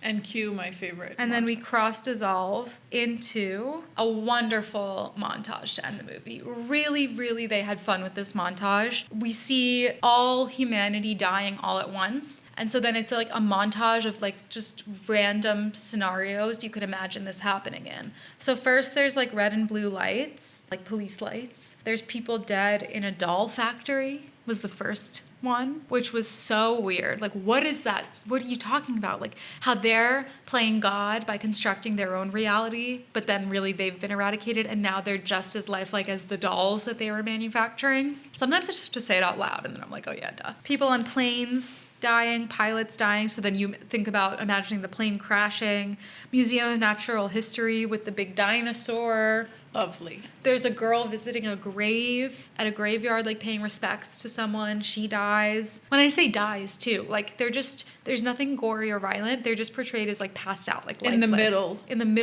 midst of whatever they were doing. A woman giving birth. Homeless people on the beach. There was an operating room scene where everyone was dead. Oh, yeah. Which symbolizes like how we keep trying to keep ourselves alive and save each other. A mosque, because the eradication doesn't discriminate. There was a dog like licking at someone's body, like on the beach or something, which was like foreshadowing like they're gonna be just fine without us. No, yeah, the beach scene. Yeah. Crazy. The beach scene felt such like a painting. There was like the UN or some kind of like political thing. There was a couple having sex, like mid-sex. Oh, that was so there was like every phase of life. There was like birth, conception, birth, death, the like getting ready room at a wedding, a warehouse with packages that were still moving down the conveyor belt after all the humans had died because like Amazon would still be delivering packages. I have to say, I could have watched the montage go on for 1 hour. I will definitely rewatch the montage whenever it comes out on I could have streaming. watched it for 1 hour. It was also just in terms of pacing, a really nice way to like,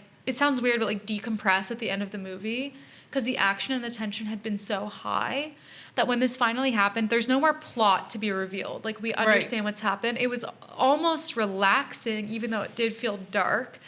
But you could kind of just like breathe and take it all in. And I feel like that in itself, that experience as the viewer is a metaphor for the relief that like potentially the earth would feel, after like being free of the humans. Yeah, so We true. see Teddy's house, photos of him and his mom, beautiful sunshine, the bees are thriving, the music was light and peaceful and happy for the first time. And in all of this, you get glimpses of how the earth is going to continue spinning without humans, basically. Like the animals are still alive. And the song. What was the song? What were the lyrics of the song? When will they ever learn? When will they ever learn? The flowers must grow back. Something like that. Something like that. Which is the Bugonia double meaning. Yes. Kind of obvious thing that we all talk about, which is that nature would thrive without humans. Yes, nature is healing, we are the virus. Yeah, but by being so on the nose with the lyrics and by being so visceral with the death of these humans, it's like you find yourself like with an internal tug of war at the end of the movie, which is what about sticks. Like whether this is tragic or whether it's a clean slate. Which is what sticks with you because at the end of the day, you're a human. And I found it sad. Yes. And I found myself going, why am I sad? Because we're human. Yeah, because we're human. So we're like, no, don't. Is this fucking play about us? Like, no, we shouldn't all die. Yeah. But yes, we and should how all... human is that? Yeah. How like feeble and Exactly. pathetic is that? Which is why all we have is the urge to like survive. And you can be suicidal and still want to survive. And it's just like a weird contradictory thing. Ultimately, that's what made the movie one that I walked out of being like, I love this appreciating movie. it. I thought it was really fun just to fully lead into the idea of like, what would that be like? Like something I really appreciate in film is when they pose a question that is like difficult to answer and then give their interpretation. So just like mechanically the question of like, what would it be like if everyone died? I really enjoyed the like vignettes of imagining what that would be like. And it's interesting because I did not like that or think it was interesting in Don't Look Up. Don't get me started on Don't Look Up. I thought it was terrible. You know, and again, that's a personal preference, a personal experience, but I was unmoved by the eradication of humanity. Whereas in this, I felt really sad seeing everyone dead. It felt tragic. Yeah, where suddenly you can find redeeming qualities about human beings. When it's too late. Suddenly. Yeah. You can say, but Dawn. But Dawn, but like these people who are just at work doing their thing. And I also thought something about having to see the bodies. Like it's not like they got zapped into non-existence.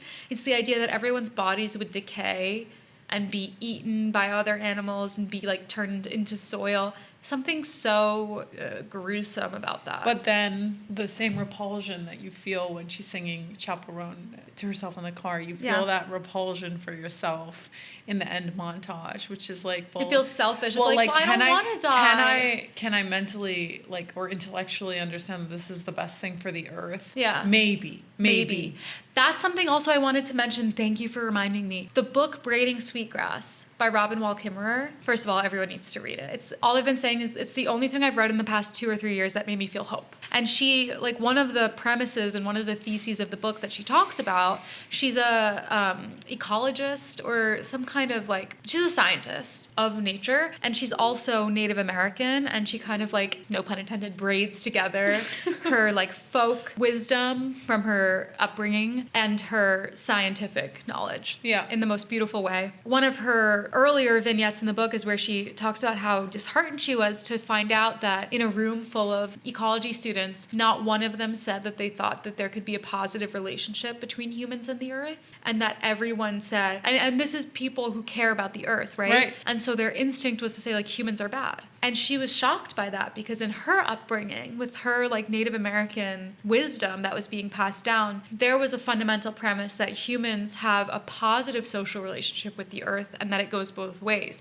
Not in the normative sense of, like, humans should be good to the earth, but just, like, humans do things that the trees and the squirrels need, and the trees and the squirrels do things that the humans need, and it's just a fact of life. And that is exactly what I'm saying, whereas people behave the way that you tell them that they are. So if you tell humans our whole lives, we are ruining the earth, we are bad for the earth, you feel hopeless, you throw your cigarette on the ground. If you tell humans from birth, the squirrels rely on us, you behave that way. And so I want to challenge that premise of this movie, that everything would be better off without humanity, and I think it's meant to be challenged, of course, with Robin Wall Kimmerer's book and with the idea that actually many things in nature require human interaction and human input, and that there are so many ways that we can interact positively with nature on both sides. We are not just extractive. No. We have this idea that humanity is extractive and destructive. That's only been true since the Industrial Revolution. I saw this video that was, like, focusing on these wildlife photographers who were filmmaking these penguins in Antarctica, and they got stuck in a sort of, like, what do you call, valley of ice. And so the filmmaker... The ethical question of they're not allowed to So the interfere. filmmakers were like, well, we typically are not interventionists. Like, it's not ethical to be interventionists. We need to let nature do nature. And they ultimately intervened. They couldn't not intervene. And all the comments on that video were great because they were like, why are we only allowed to intervene negatively? Yeah. It was beautiful because it was like, no, like, where are we pulling these, like, roles or rules out of our asses from? Like, we need to start to imagine. We need to start imagining our role in nature as a positive one. As a positive like, participant. It's not inherently a negative role. No. And that's what I feel like we've been taught our whole lives. That it's inherently... By well-meaning people, by a well-meaning point of view. It is very well-intentioned to say, like, humans are ruining the earth. That's true. Right. But the problem is that it instills hopelessness. It instills helplessness. It makes us feel like it's just in our nature. What's the solution then? Let's all just fucking die. And that's exactly what this movie is. And I feel like that draws a parallel. Oh, I love talking because the, like, juices are just...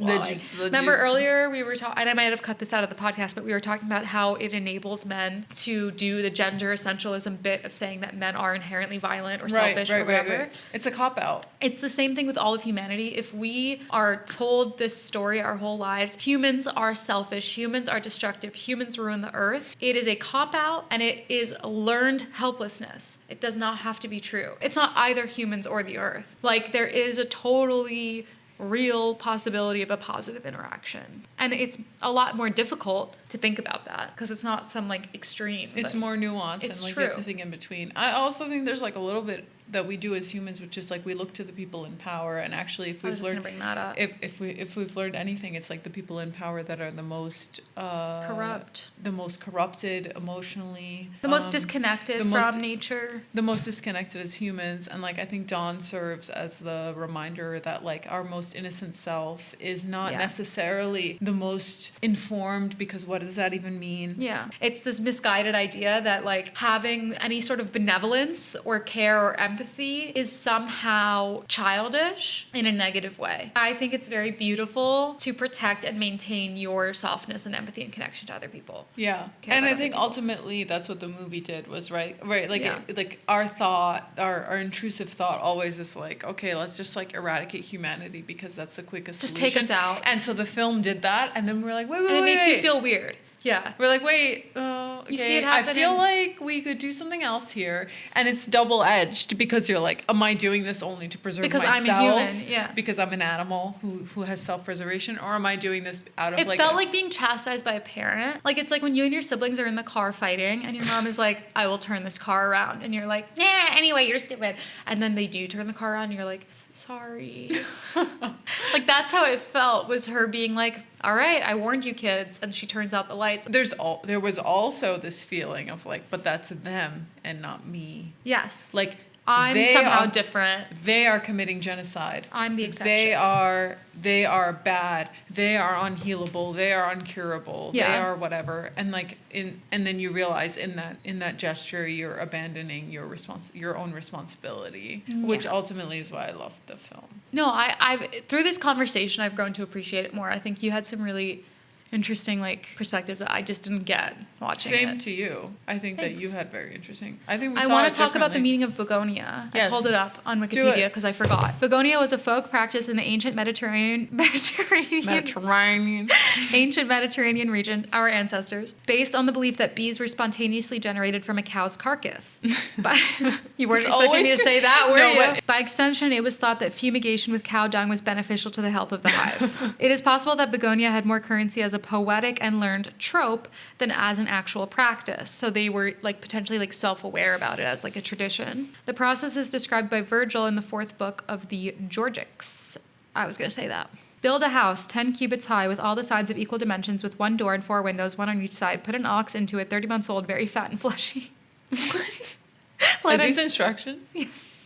Let a number of young men kill him by beating him violently with clubs so as to mangle both flesh and bones, but taking care not to shed any blood. Let all the orifices, mouth, eyes, nose, etc. be stopped up with clean and fine linen, impregnated with pitch. Let a quantity of thyme be strewed under the reclining animal, and then let windows and doors be closed and covered with a thick coating of clay to prevent the access of air or wind. After 3 weeks have passed, let the house be opened and let light and fresh air get access to it, except from the side of which the wind blows strongest. 11 days afterwards, you will find the house full of bees, hanging together in clusters, and nothing left of the ox but horns, bones, and hair. That's like what people pay psychics for. So what do we think it means in reference to this movie? I think it's like you've been saying how Dawn represents a sacrifice. It's the way that the ox is sacrificed in this way. He was kind of the ox being sacrificed. Also, it's the idea that you kill the ox and eventually you get the bees. So the Andromedans are killing all of humanity with the hope that it will revive the bees, but like broadly like nature and everything else on Earth. Yeah. But is that fundamentally misguided? Exactly. Is every character here misguided? Yeah. But yeah, it's a symbol of resurrection and renewal. The idea of like the rebirth of the earth by the destruction of humans. Yorgos is actually challenging that as a premise that's not good Eradicating enough. humanity will even work. That eradicating humanity is not good enough. Yes. That is the ultimate like escapism. It's the ultimate like victim mentality of every. We're all victims. We're all victims, just like the people in the film. Oh, you're a victim. Oh, you're not responsible. Oh, I love that take. And of course, that's not directed at Dawn. Yes, the idea that it's like, I cannot believe I'm about to say this, but there's a quote in Hamilton. Okay, it has its time and place, okay? Where George Washington tells Alexander Hamilton, dying is easy, son, living is harder. Exactly. Yeah. Like the conclusion that we drew also that the bees symbolize the potential for life to continue after humans was part of the whole storytelling of it as well. Yeah. And we were saying that it's a homophone for begonia, the flower, begonia. So, which makes sense because I bet the flower was probably named after this in some sense because the bees probably must like have this been. flower. See, if Do there you was change your anything rating else. at the end of this discussion? I have to I thought a think about it. 3.5 was fair. I think 3.5 is fair. It's a little harsh maybe, but it's hard because I'm always trying to, like a 5-star scale is so hard because there's You movies need to I gave save room. 4 stars to that I definitely liked better than this. You need to save room for the 5-star. Yeah. Sentimental value, 5 stars. And thank God we're not talking about sentimental value because I would cry the whole way through. You have to watch it. That's But different. Okay. the like core of the story is like the love between sisters, It was so watch heartbreaking. it. I don't even know if I can do a video on it because I'll cry. After the movie ended, I wrote down, I loved that. I'm more scared than tickled. I don't really want to come back to rewatch tomorrow. Like, it was heavy and intense, and I didn't go back and rewatch it the next day. I was surprised that you were even I gonna didn't go have back. to. You I'm see how like, detailed my notes were from Yeah. one watch. And I said, I don't think she was an alien, but I did know they would do that. I was so insistent on getting that point through.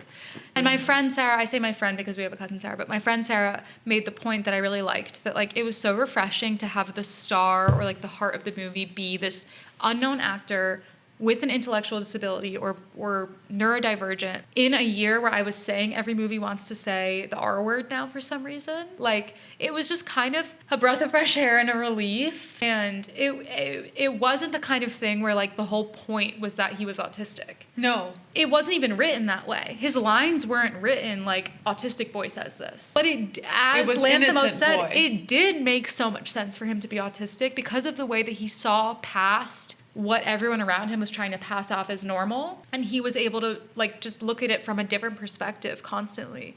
And you find yourself by far more connected to him than anyone else. I just think it was a really, really good way of including neurodivergence in film, which is not always done well, to say the least. I love that it was an unknown teenage actor. I think he was incredible. I mean, working with Jesse Plemons and Emma Stone on your first film as a teenager, talk about like throwing you into the deep end with giants, titans of acting. I think they're some of the best actors we have. And he absolutely held his own. He stole scenes. I think he's incredible. I can't wait to see what else he Moving. does. Yeah. The set design, costume design, lighting, cinematography, acting, music, everything was mwah. I think once they got on set, once they got to the table reads and got on set, nothing could have been executed better. My qualms, wherever they are just with the writing, with the script. But I really enjoyed the movie. And guess how long we've been recording? 3.5 hours. 4.5. All right. So we're starving and cold and tired. I'm ordering food right now. Thank you so much, Natasha, for coming on the pod. She thinks all my ideas are valuable, even when I am unemployed with the podcast. She says that's because awesome. They are. Because you're brilliant. And she said, come record in the studio. And I said, thank God. Thank you. Because you are attentive and very observant and artistic. Thanks. Ew, this is gross. Ew. Thank you so much for listening. Feel free to leave suggestions for movies you want me to talk about. I have a brand new website, which I should have plugged way earlier, moviesforbreakfast.com, which Natasha also helped me make. Chantal did my cover art. You did so good. Natasha with your did my website. Or No, Natasha set up my did. website. You did the website. Yeah, but I wouldn't ultimately. have known the program, and you also bought it for me. So thank you. Okay. Yay. Bye. Bye.